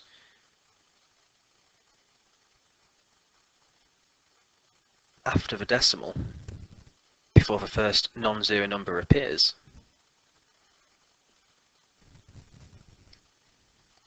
this is the smallest difference. That's the biggest difference. Not that it's a big difference as such, but that's even smaller, smaller and smaller still. 0.000, that's a really tiny number. And so 2/3 is closest in value to 0.667. Question 21. Slight trick question really. When x squared equals 16, the only value that x can be is 4. And so x squared means some number multiplied by itself equals 16. So what number could go into there to make it work? Well, as the question's already implied, 4 would work, because 4 times 4 gives us 16. Just to double check, 4 times 4 gives us 16. But what you need to think about is, what else could work?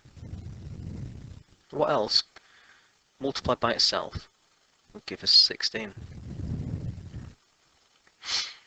Squared means it's got to be the same number, so it's got to be something like 4 and 4.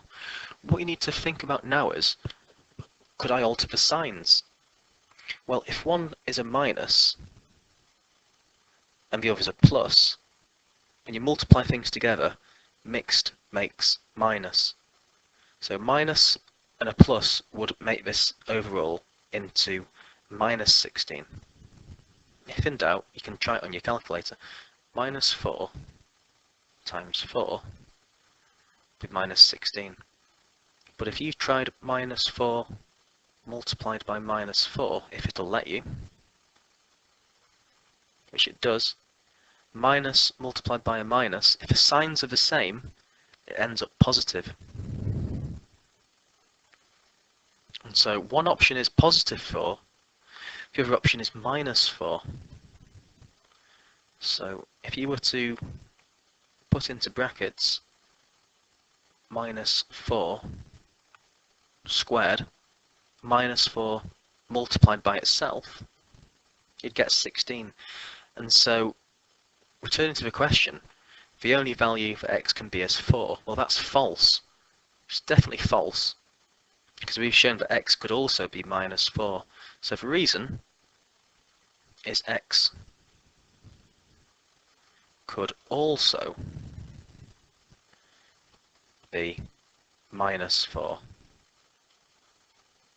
as well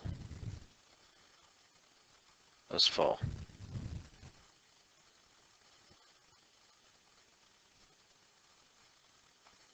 Question 22. In 1999, the minimum wage for adults was £3.60 per hour. In 2013, it was £6.31 per hour. Work out the percentage increase in the minimum wage. Well, there is a formula for percentage change. To work out a percentage change, what we do is we write the change as a fraction of the original value. The original value just means the starting value. That's called a fractional change. But to change from this fraction to a percentage, we multiply by 100. You could probably guess that it would involve doing something involving 100, because percentage implies out of 100. So the change may be an increase or it may be a decrease. In this case, it's gone from 360 to 631, and we're wanting to calculate the increase. And so if we just take out the word change and clarify that we're talking about a increase when we say change, the method still holds. The actual change we're talking about in this case happens to be an increase. And so the increase we can work out directly. The original value was £3.60 per hour. And so we can at least fill that in. So what this equals is the increase over the original value, which is £3.60 times 100. But we still need to work out this wage increase. Increase just means how much did the wage go up by, so we can work this out easily enough. The actual increase was £6.31. Take away what it used to be, which was £3.60. So if we just bash this into our calculator, 6.31 minus £3.60, that tells us it's £2.71. £2.71. So now we know what the increase is. We've just calculated the increase is 271. We can bang this into our formula as well, because now we know all parts we need. The increase is 271, and the original value, which we are told is £3.60. Then multiply this by 100 and we should get our solution. And so use the fraction button. The increase was £2.71.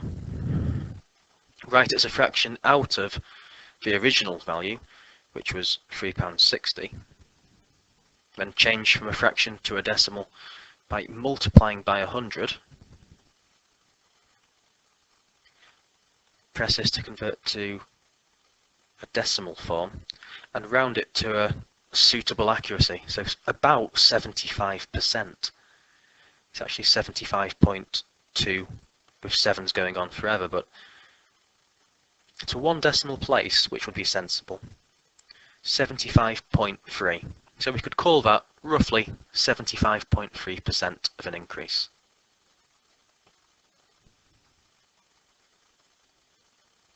And that's our final answer for the percentage increase of the wage, 75.3%.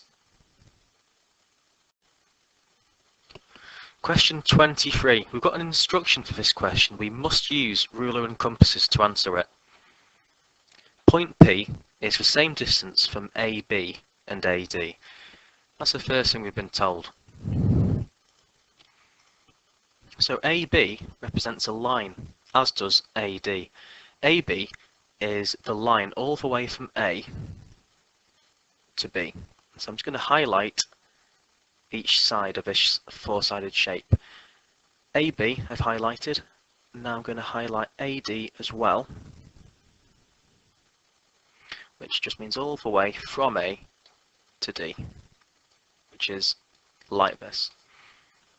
Now, the location of all points the same distance from two lines is given by the angle bisector, splitting the angle in half of where these two sides meet. So what we need to do is the angle bisector of point A.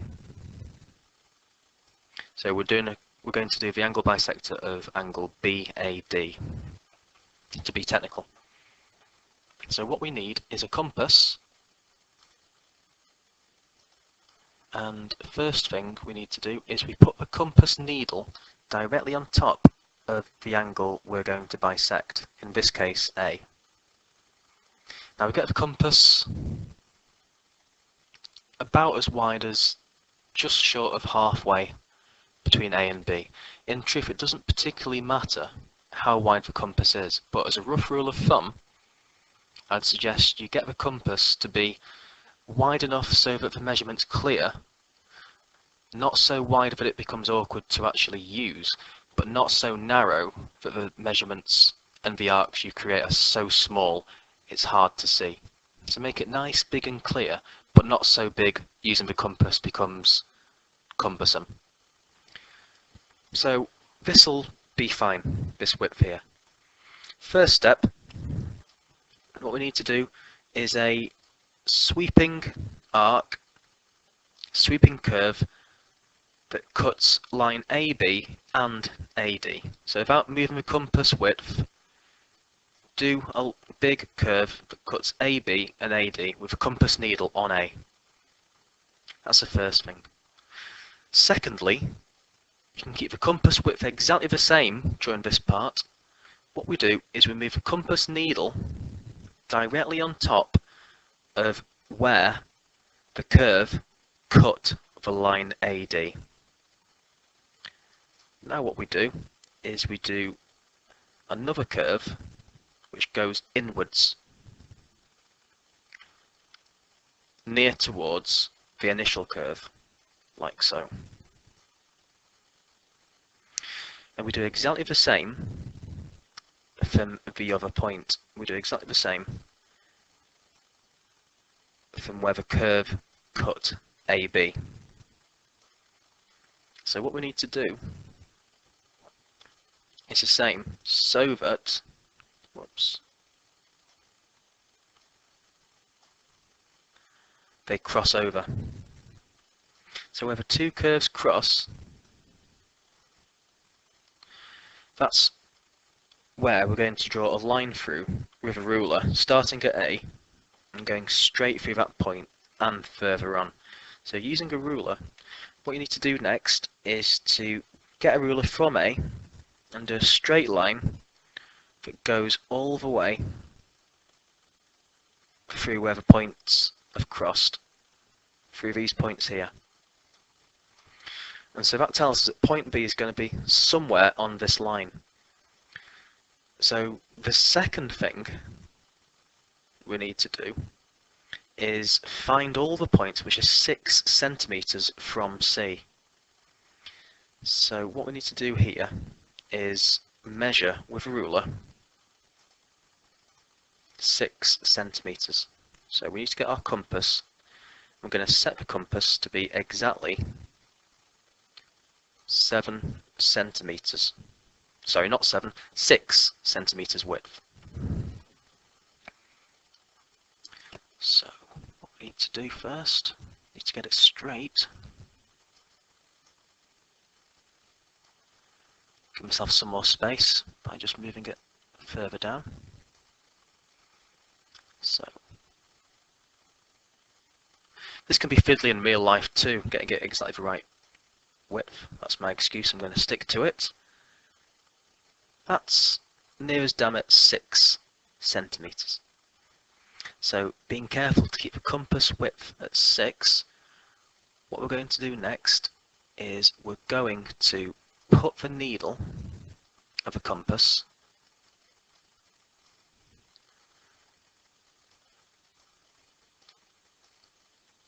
on C, and then from C we're going to do a curve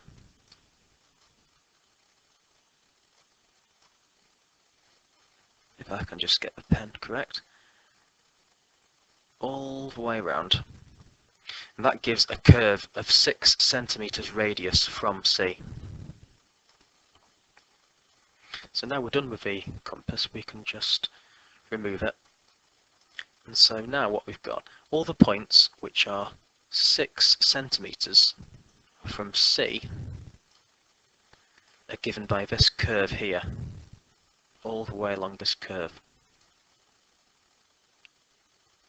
That part of the curve is one bit, and there. And so when it says show position P on the diagram, I've just left this bit blank so that I can clearly put a cross where we need to. So point P is this point here, which I'm going to mark off as a cross. So that is labelling point P.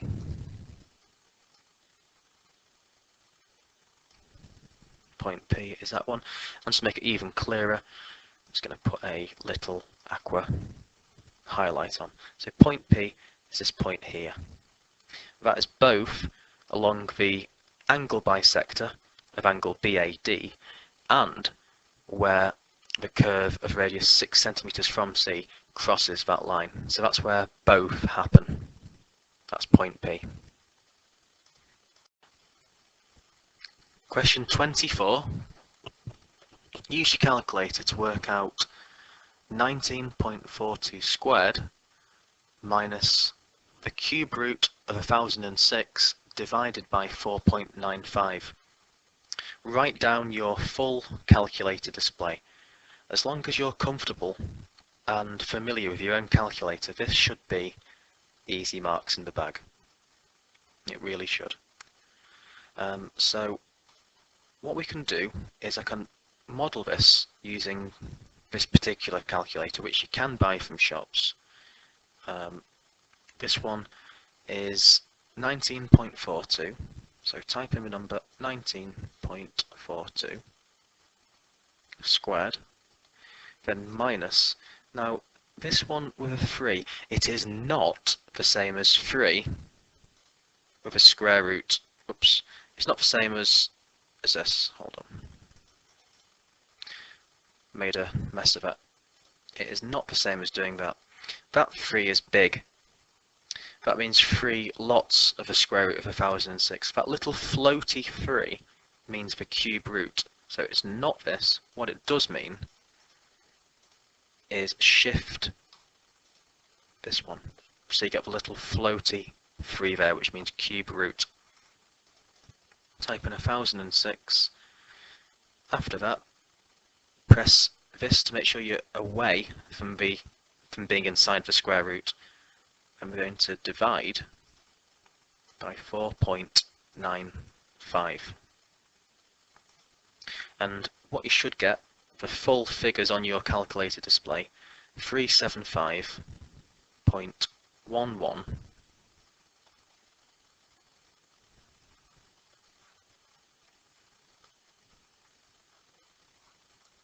21. What was the rest of it? 656. So all the numbers that appear in your calculator display, just copy all these down here. In part B, it says use approximations to check that your answer to part A is sensible. You must show you're working. So approximations means round. So we've got these different figures here.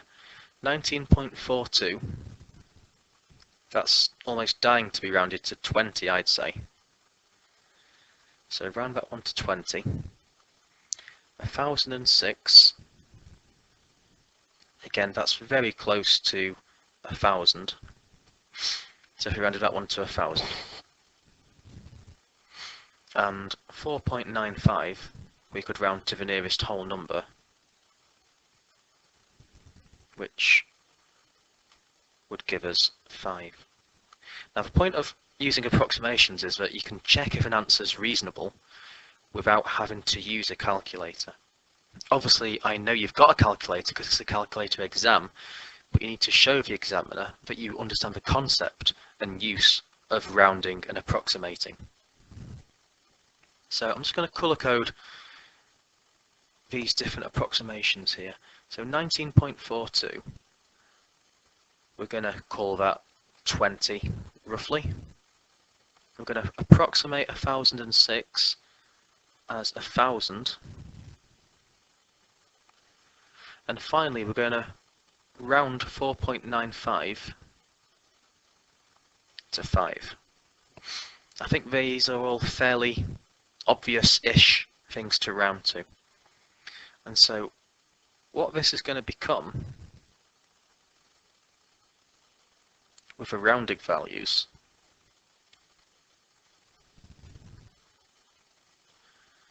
(19.42 squared), we're going to say that's 20 squared minus the cube root. Now we're not going to use 1006, this time we're going to call it 1000. we're going to divide that by 5. Because just to remind you, we've rounded 19.42 to 20, we've rounded 1006 to 1000, and we've rounded 4.95 to 5. So 20 squared, BIDMAS, comes into play here. Brackets first, if there are any.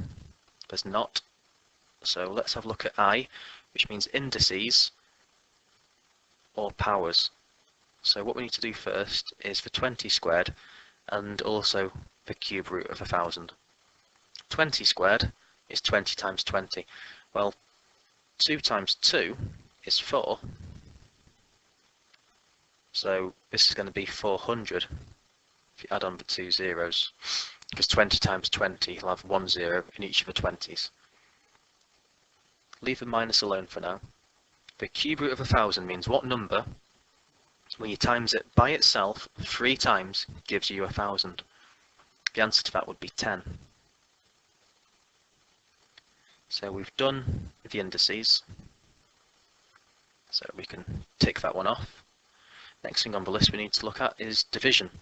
Division comes before the subtraction, so we need to do the dividing next. So what have we got to divide in this one? We've got 10 divided by 5, which would be 2. So 400 minus 10 divided by 5 is the same as 400 minus 2. Now there's only one thing left to do, which is 400 minus 2, which is 398.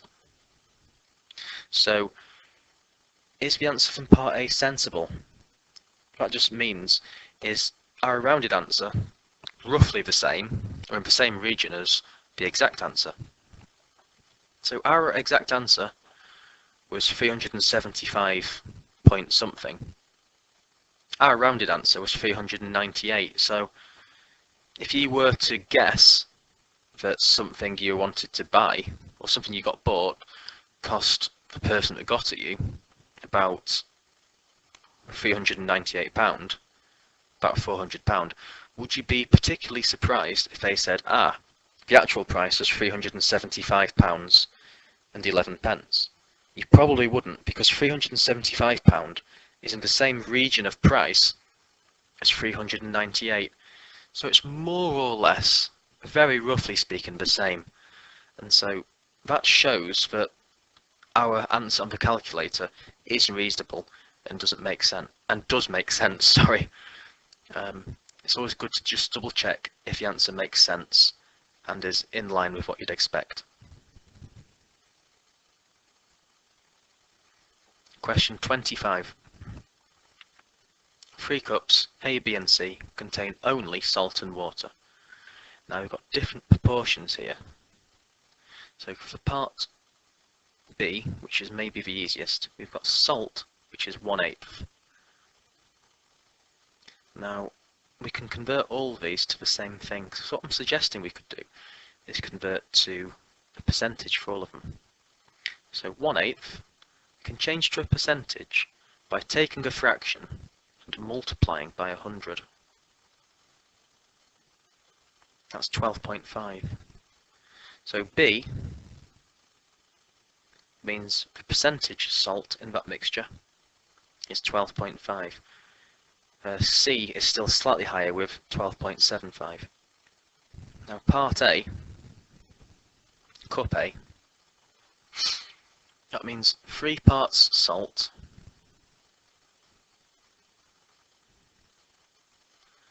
for every 22 equal parts of water.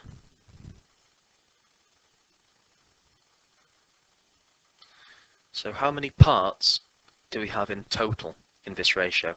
3 parts salt plus 22 parts of water. 25 parts in total. 3 plus 22 gives us 25. So 3 out of the 25 parts are salt.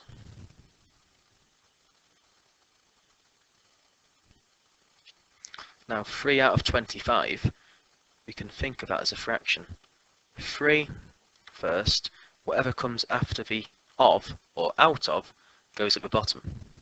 So that's the fraction of salt for A. Now we can now convert this to a percentage. 3 out of 25, we could just multiply top and bottom by 4 in fact. It should be 12 out of 100, but if you've got a calculator, you may as well just use it. 3 over 25 multiplied by 100 gets 12, so that's the same as 12%. So now we've successfully shown that cup A has an equivalent of 12% salt, cup B has a proportion of 12.5% salt, and finally cup C has 12.75% salt. And so which cup has the greatest proportion of salt, which cup has the biggest percentage of salt? It would be cup C as the final answer. That's worth underlining. Cup C is the answer, and this is the working showing you why. Question 26. Y is directly proportional to X. Which graph shows this? If Y is directly proportional to X, all it means is that the graph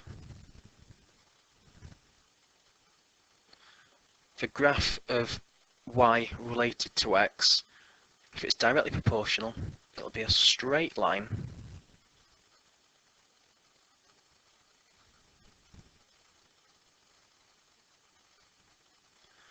going through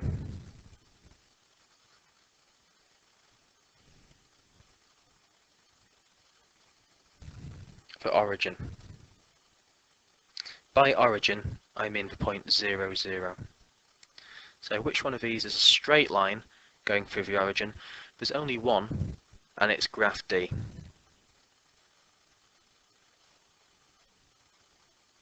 So graph D, in fact you could just circle the letter. I've wasted my ink there. Just circle D. That's got to be it. That's directly proportional. If Y is proportional to X, it's a straight line going through 0, 0. Question 27. Probability. So a bag contains counters that are red, blue, green or yellow. A counter is chosen at random and we're told the probability that it's red is 9 out of 100. Work out the probability it is green. First of all, we can define the probability of red, or anything for that matter. So just looking here, we can define the probability of it being red by saying the probability of a counter being picked and it being red. Well, that's the number of ways the event can happen. So it's the number of red counters. That's the number of ways you can pick a red counter. Same with how many red counters you have in total, divided by the total number of possible outcomes. Each individual counter being picked is an own individual outcome. So at the bottom we need the total number of counters.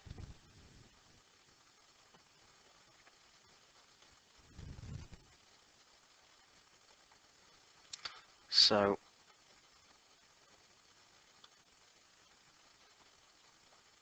what we can say here is just putting numbers into here. So number of red counters divided by the total number of counters. Well, that's the same as 9 out of 100.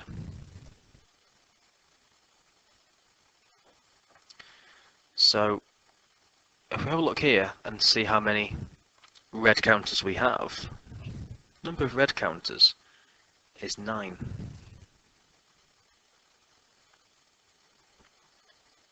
Which is also, just as it happens, exactly the same as the top number, the numerator, of the fractional probability we've been given. So that's how we can define the probability. It's the total number of red counters divided by the total number of all coloured counters.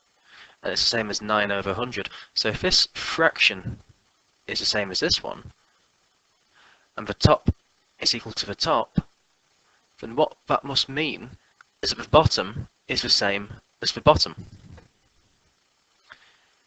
If this is 9 and that's 9, because you've got red counters, then that must mean that the total number of counters must also be 100. Because this 9 matches to that 9, the 100 relates to all of this combined. And so if we add up all these values here, 9 plus 3x plus x minus 5 plus 2x, all of this must equal exactly 100, because there must be 100 counters in total.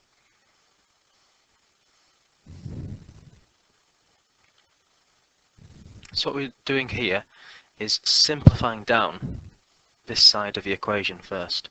So let's have a look at how many x's we have. We've got 3 x's here, plus an extra x, plus 2 x's.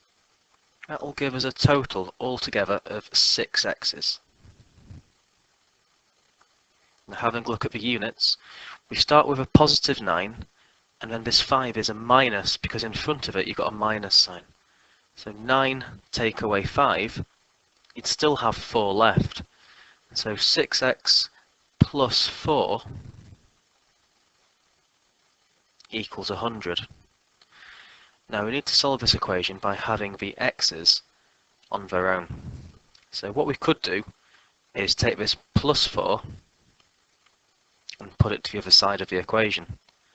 But if we swap side, we swap sign. The opposite of plus is minus. And so 6x will be 100 minus the 4 we're moving. 100 take away 4 is 96. So 6 x's and 96. We want to work out what just one x is worth. That 6 is being multiplied by the x, and the x is being multiplied by 6 equally.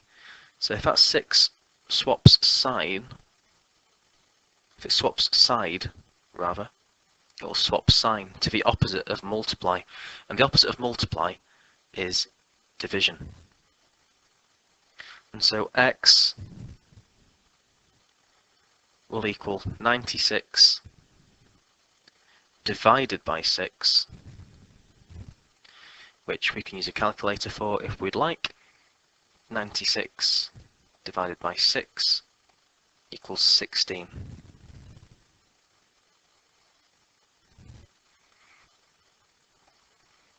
So now we need to look up the green, because it's asking about the probability that the counter's green.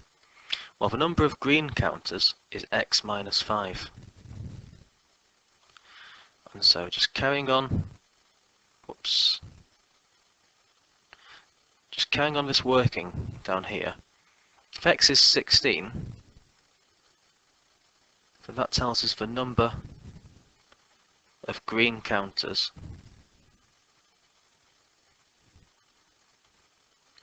equals x, which we've just worked out,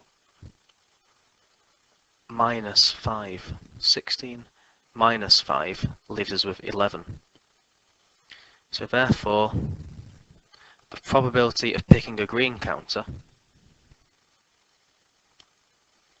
is the number of green counters we've got, which is 11, we've just worked out, divided by the total number of counters altogether, which we established earlier on must be 100.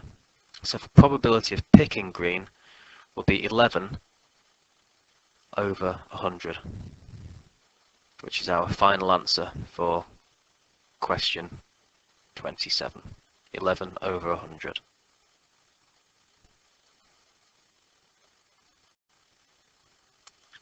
Question 28. The pressure at sea level is 101,325 pascals. I can't even say the for number, that's not good, 101,325 pascals.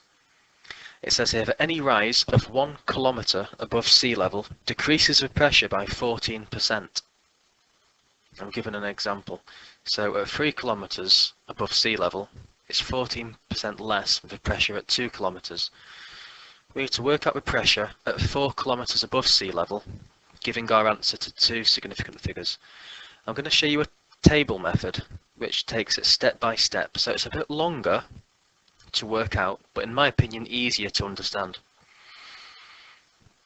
So at sea level means we're not above the sea at all. So height above sea level at sea level is 0 kilometres, and we're told the pressure is 101,325. Now, when we rise to 1 kilometre above sea level, we lose 14% of the pressure. So the pressure is going to go down by 14% of what it was before. So what it was before was the pressure at sea level, which was 101,325. And so 14% means 14 out of 100, not out of 1,000, multiplied by 101,325. So 14% of 101,325 is 14,185.5. So 14,185.5. However, that isn't the final pressure, that's just the pressure which is lost. And so the new pressure at 1 kilometre will be the old pressure, 101,325, subtract what was lost, 14,185.5. And so the new pressure will be this number here, taken away from 101,325. So if I do this answer here, subtract what we had before, that will leave us with a pressure of 87,139.5 pascals.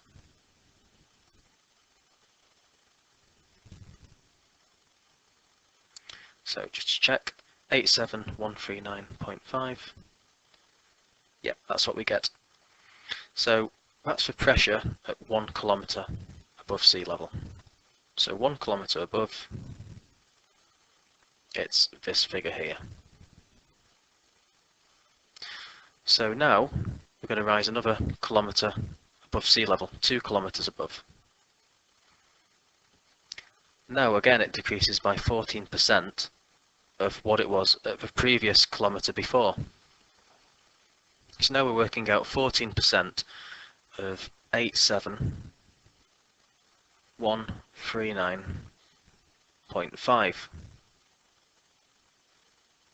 So again, percentage just means out of 100. So it's the same percentage, 14 over 100 multiplied by 87,139.5. And that equals 12,199.53. So 12,199.53. Just really long, awkward numbers, but let's stay with it. So that's how much pressure is lost, and so the new pressure is the previous one, 87,139.5, subtract the 14%, which is the decrease. So subtract 12,199.53.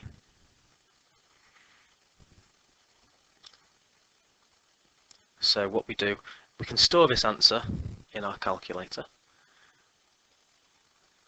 87,139.5 939.5, subtract the previous answer, that'll give us 74,939.97 pascals. So 2 kilometers above sea level, we have this pressure here.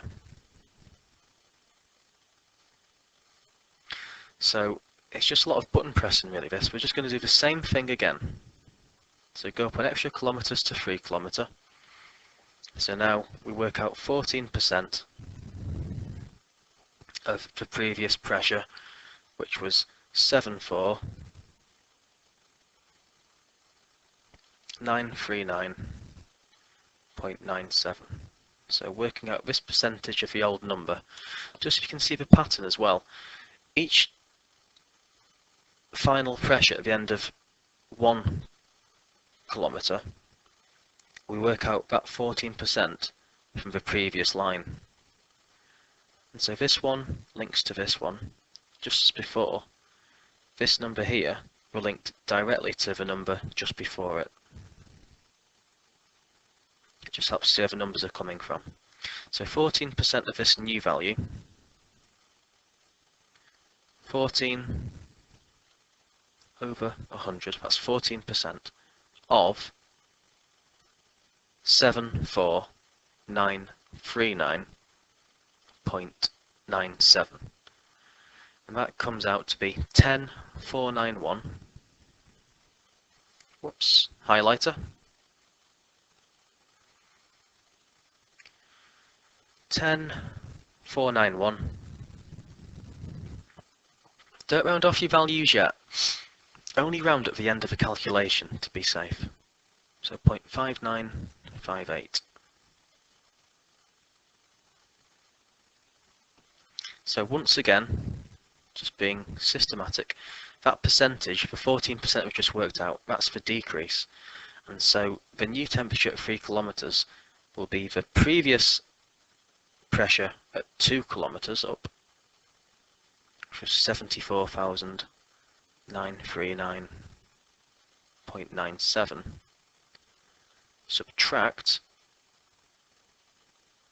10,491.598, which is what we had here. So we're doing 74,939.97 subtract this number stored in our calculator. So 74,939.97 subtract the previous answer which was stored, comes to this 64448. 64448.3742 pascals. Time consuming, but we'll get there. Final line now, 4 kilometers.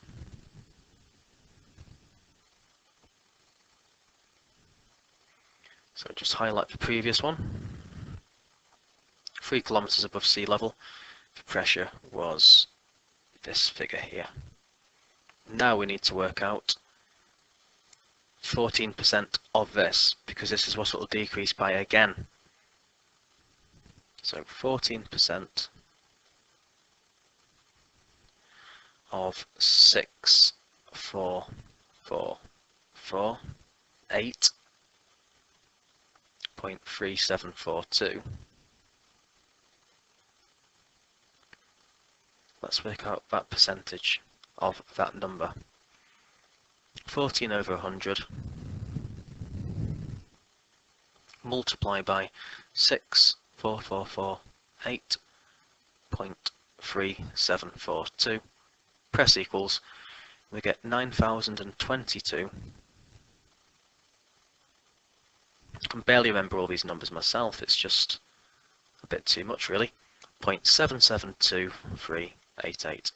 772,388. So we've just worked out 14% of the previous pressure at 3 kilometers. And because it's a decrease of 14%, finally, like we've done for the previous 3 rows, we take this away from the previous pressure at 3 kilometers.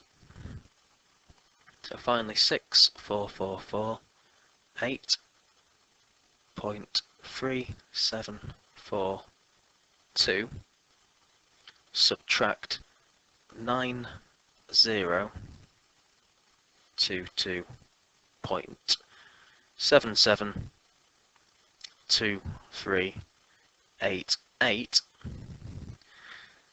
which we have stored in our calculator, so we can use this to our advantage. It'll be stored in the ANS button. So now 6,448.3742 minus the previous figure of 9,022 point whatever, which your calculator should store for you, gives us a total of 55425.60181. But look, we need to give our answer to 2 significant figures. So what we'll do is we need to keep the first 2 non-zero numbers of our answer, which are the first 2 5s. All the other numbers before the decimal change to zeros, and all the other numbers after the decimal, again, we can change to zeros, which practically means we can forget the decimals, because 0.000 is the same as point nothing, which is the same as nothing. And so to 2 significant figures, it's 55000. Correct to 2 significant figures.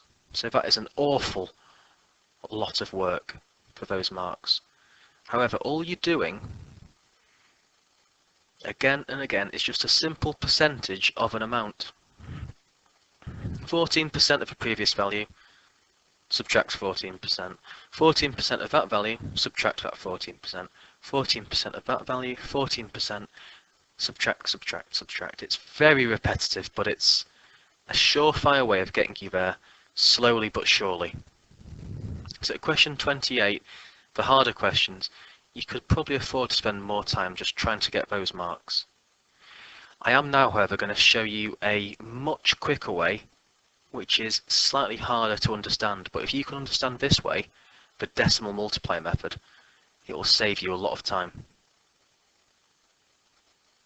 So same question on a clean page. We're told here again that the sea level decreases in pressure decreases, sorry, every 1 kilometre above sea level by 14%. So what we need to do is realise that you always start off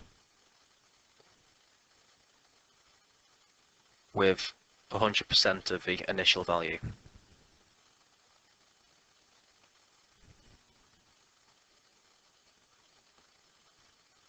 So before anything happens to a value, you start with 100% of something. A decrease means we lose value.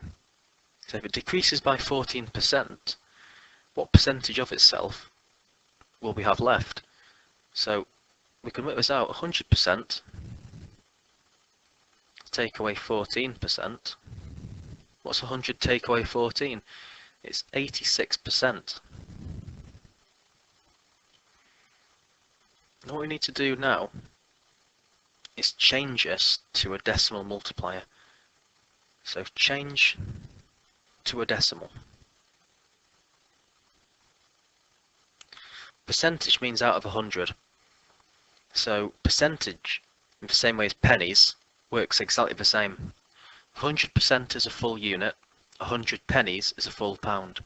So what we can do to change to a decimal from a percentage is imagine the percentage as pence. 86% 86p. So 86% is written as a decimal as 0.86. And the way you do that on a calculator, if ever you're not sure, it's simply a conversion factor of 100. You divide by 100. And what we've done now is we've found the decimal multiplier. So that's our way in. Now we've got the main thing. That's the decimal multiplier. So what we're going to do is we start off with 101,325. And each year, sorry, not year, I keep thinking of compound interest. So each kilometre we rise above sea level, we lose 14% of the previous 1 kilometre below pressure. So if we rise 1 kilometre, the new pressure is only 86% of itself. We lose 14%. So that's if you rise 1 kilometre. Rise another kilometre to 2 kilometres. We multiply by 0.86 again, because again we lose another 14%. Rise another kilometre up to 3 kilometres above sea level. We multiply by 0.86 again, and finally 4 kilometres above, we lose another 14%, so again we have only 86%, 0.86 of itself left. So each multiplication by 0.86 represents a loss of 14%. So that's a 14% loss. And again, and again, and again for a fourth time. Sea level, 1 kilometres up, 2 kilometres up, 3 kilometres up, 4 kilometres up. But if you're decent with your powers, you may spot an easier way of writing this down. Now we're multiplying by 0.86 multiple times. Now if you multiply by the same number more than once, we can express it as a power.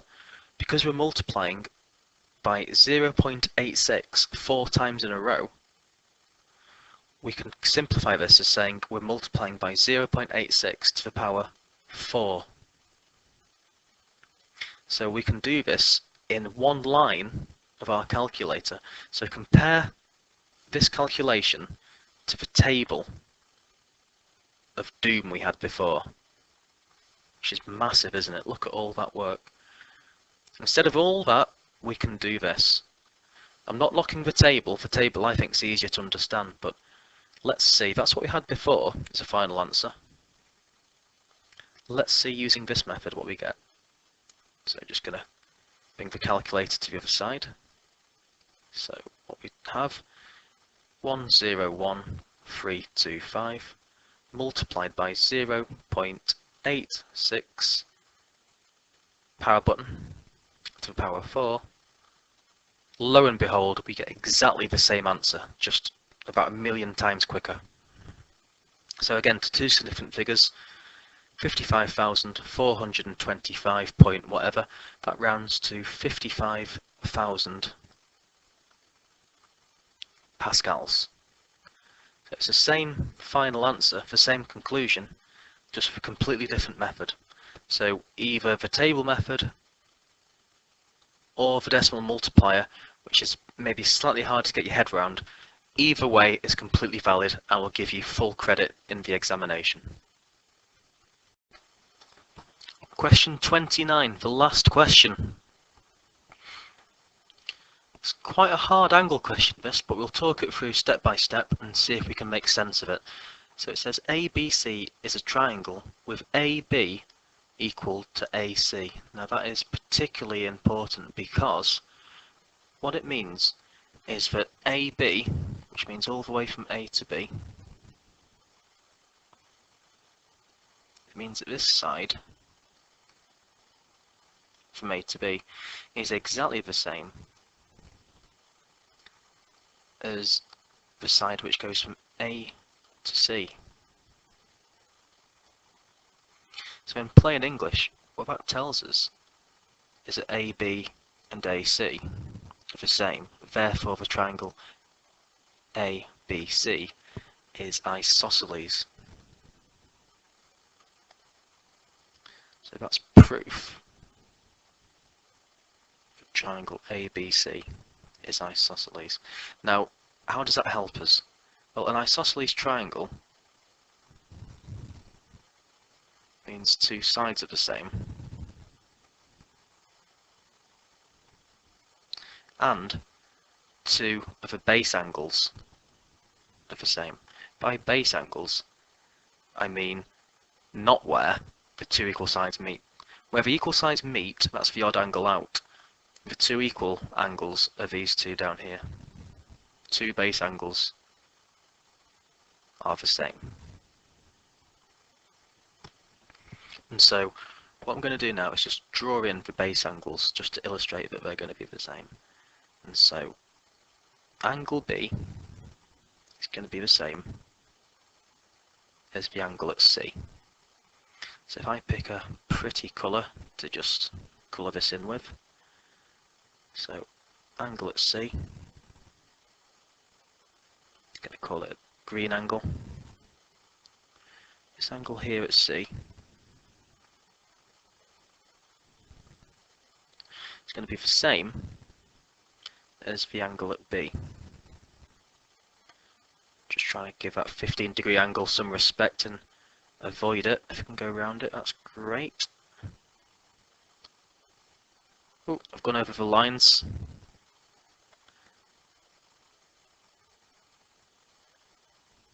That 5-year-old within me is getting annoyed, but I've gone over my lines of colouring. Anyway, that's clear enough.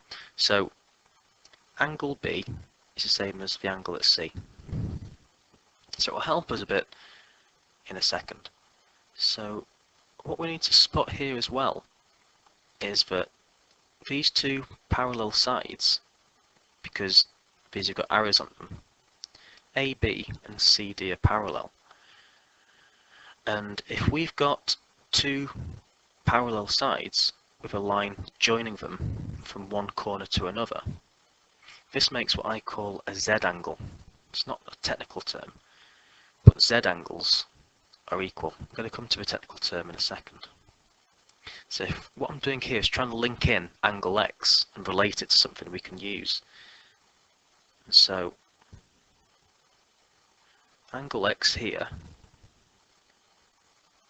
makes a Z-angle with angle A.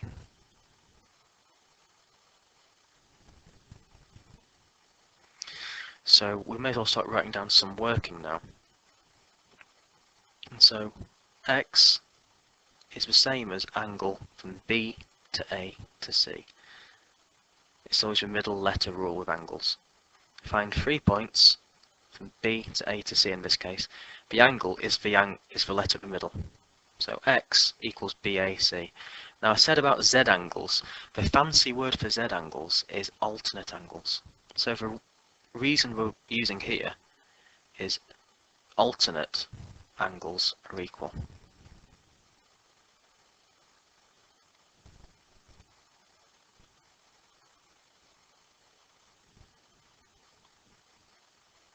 So angle X equals BAC for that reason. So what we can do, we can call this one X2.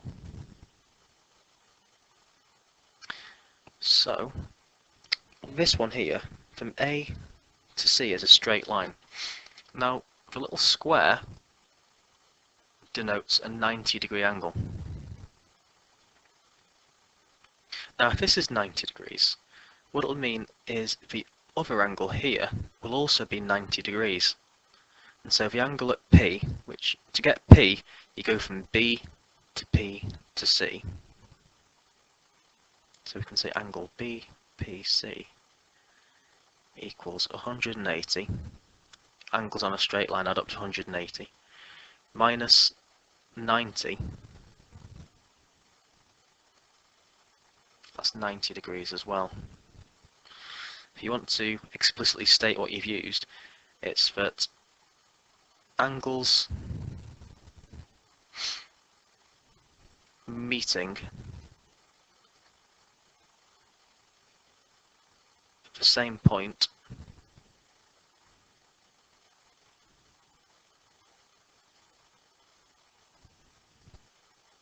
on a straight line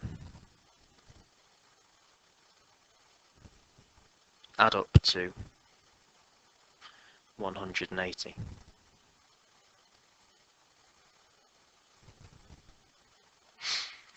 And so BPC, we can say that one is 90 degrees.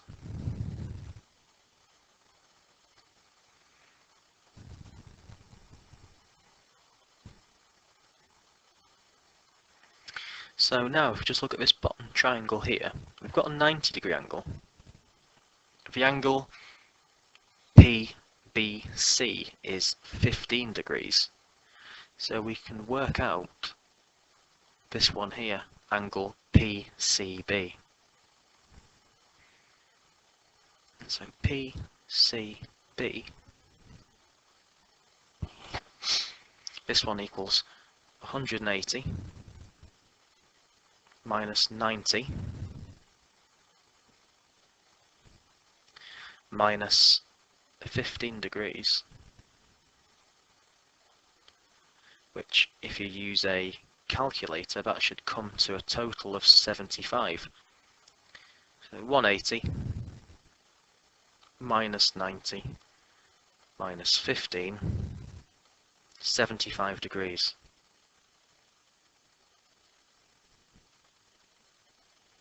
But of course, angle PCB was one of the base angles of the isosceles triangle ABC. So if PCB is 75 degrees, because the two base angles are the same, then we can also say that the angle at B is also 75 degrees. So therefore, angle at ABC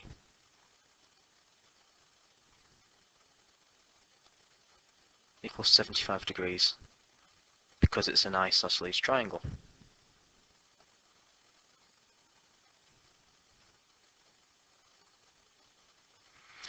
Now finally, just consider the whole big triangle from B to A to Z. We can use the fact that angles within a triangle add up to 180 to work out x. So the whole triangle will be 180.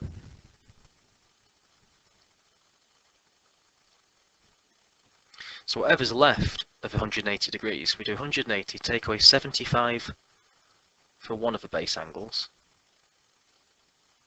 take away another 75 for the other base angle at C, 180 take away 75 take away 75 gives us 30 degrees, as we needed to prove. Therefore angle x is 30 degrees because we've got it over here, and that wraps up the exam paper. So I hope you found this video, or at least some questions of the video, useful, and of course, as ever, good luck with the real thing. So keep watching, keep tuned, comment if you'd like the video, and I'll see you soon in class hopefully.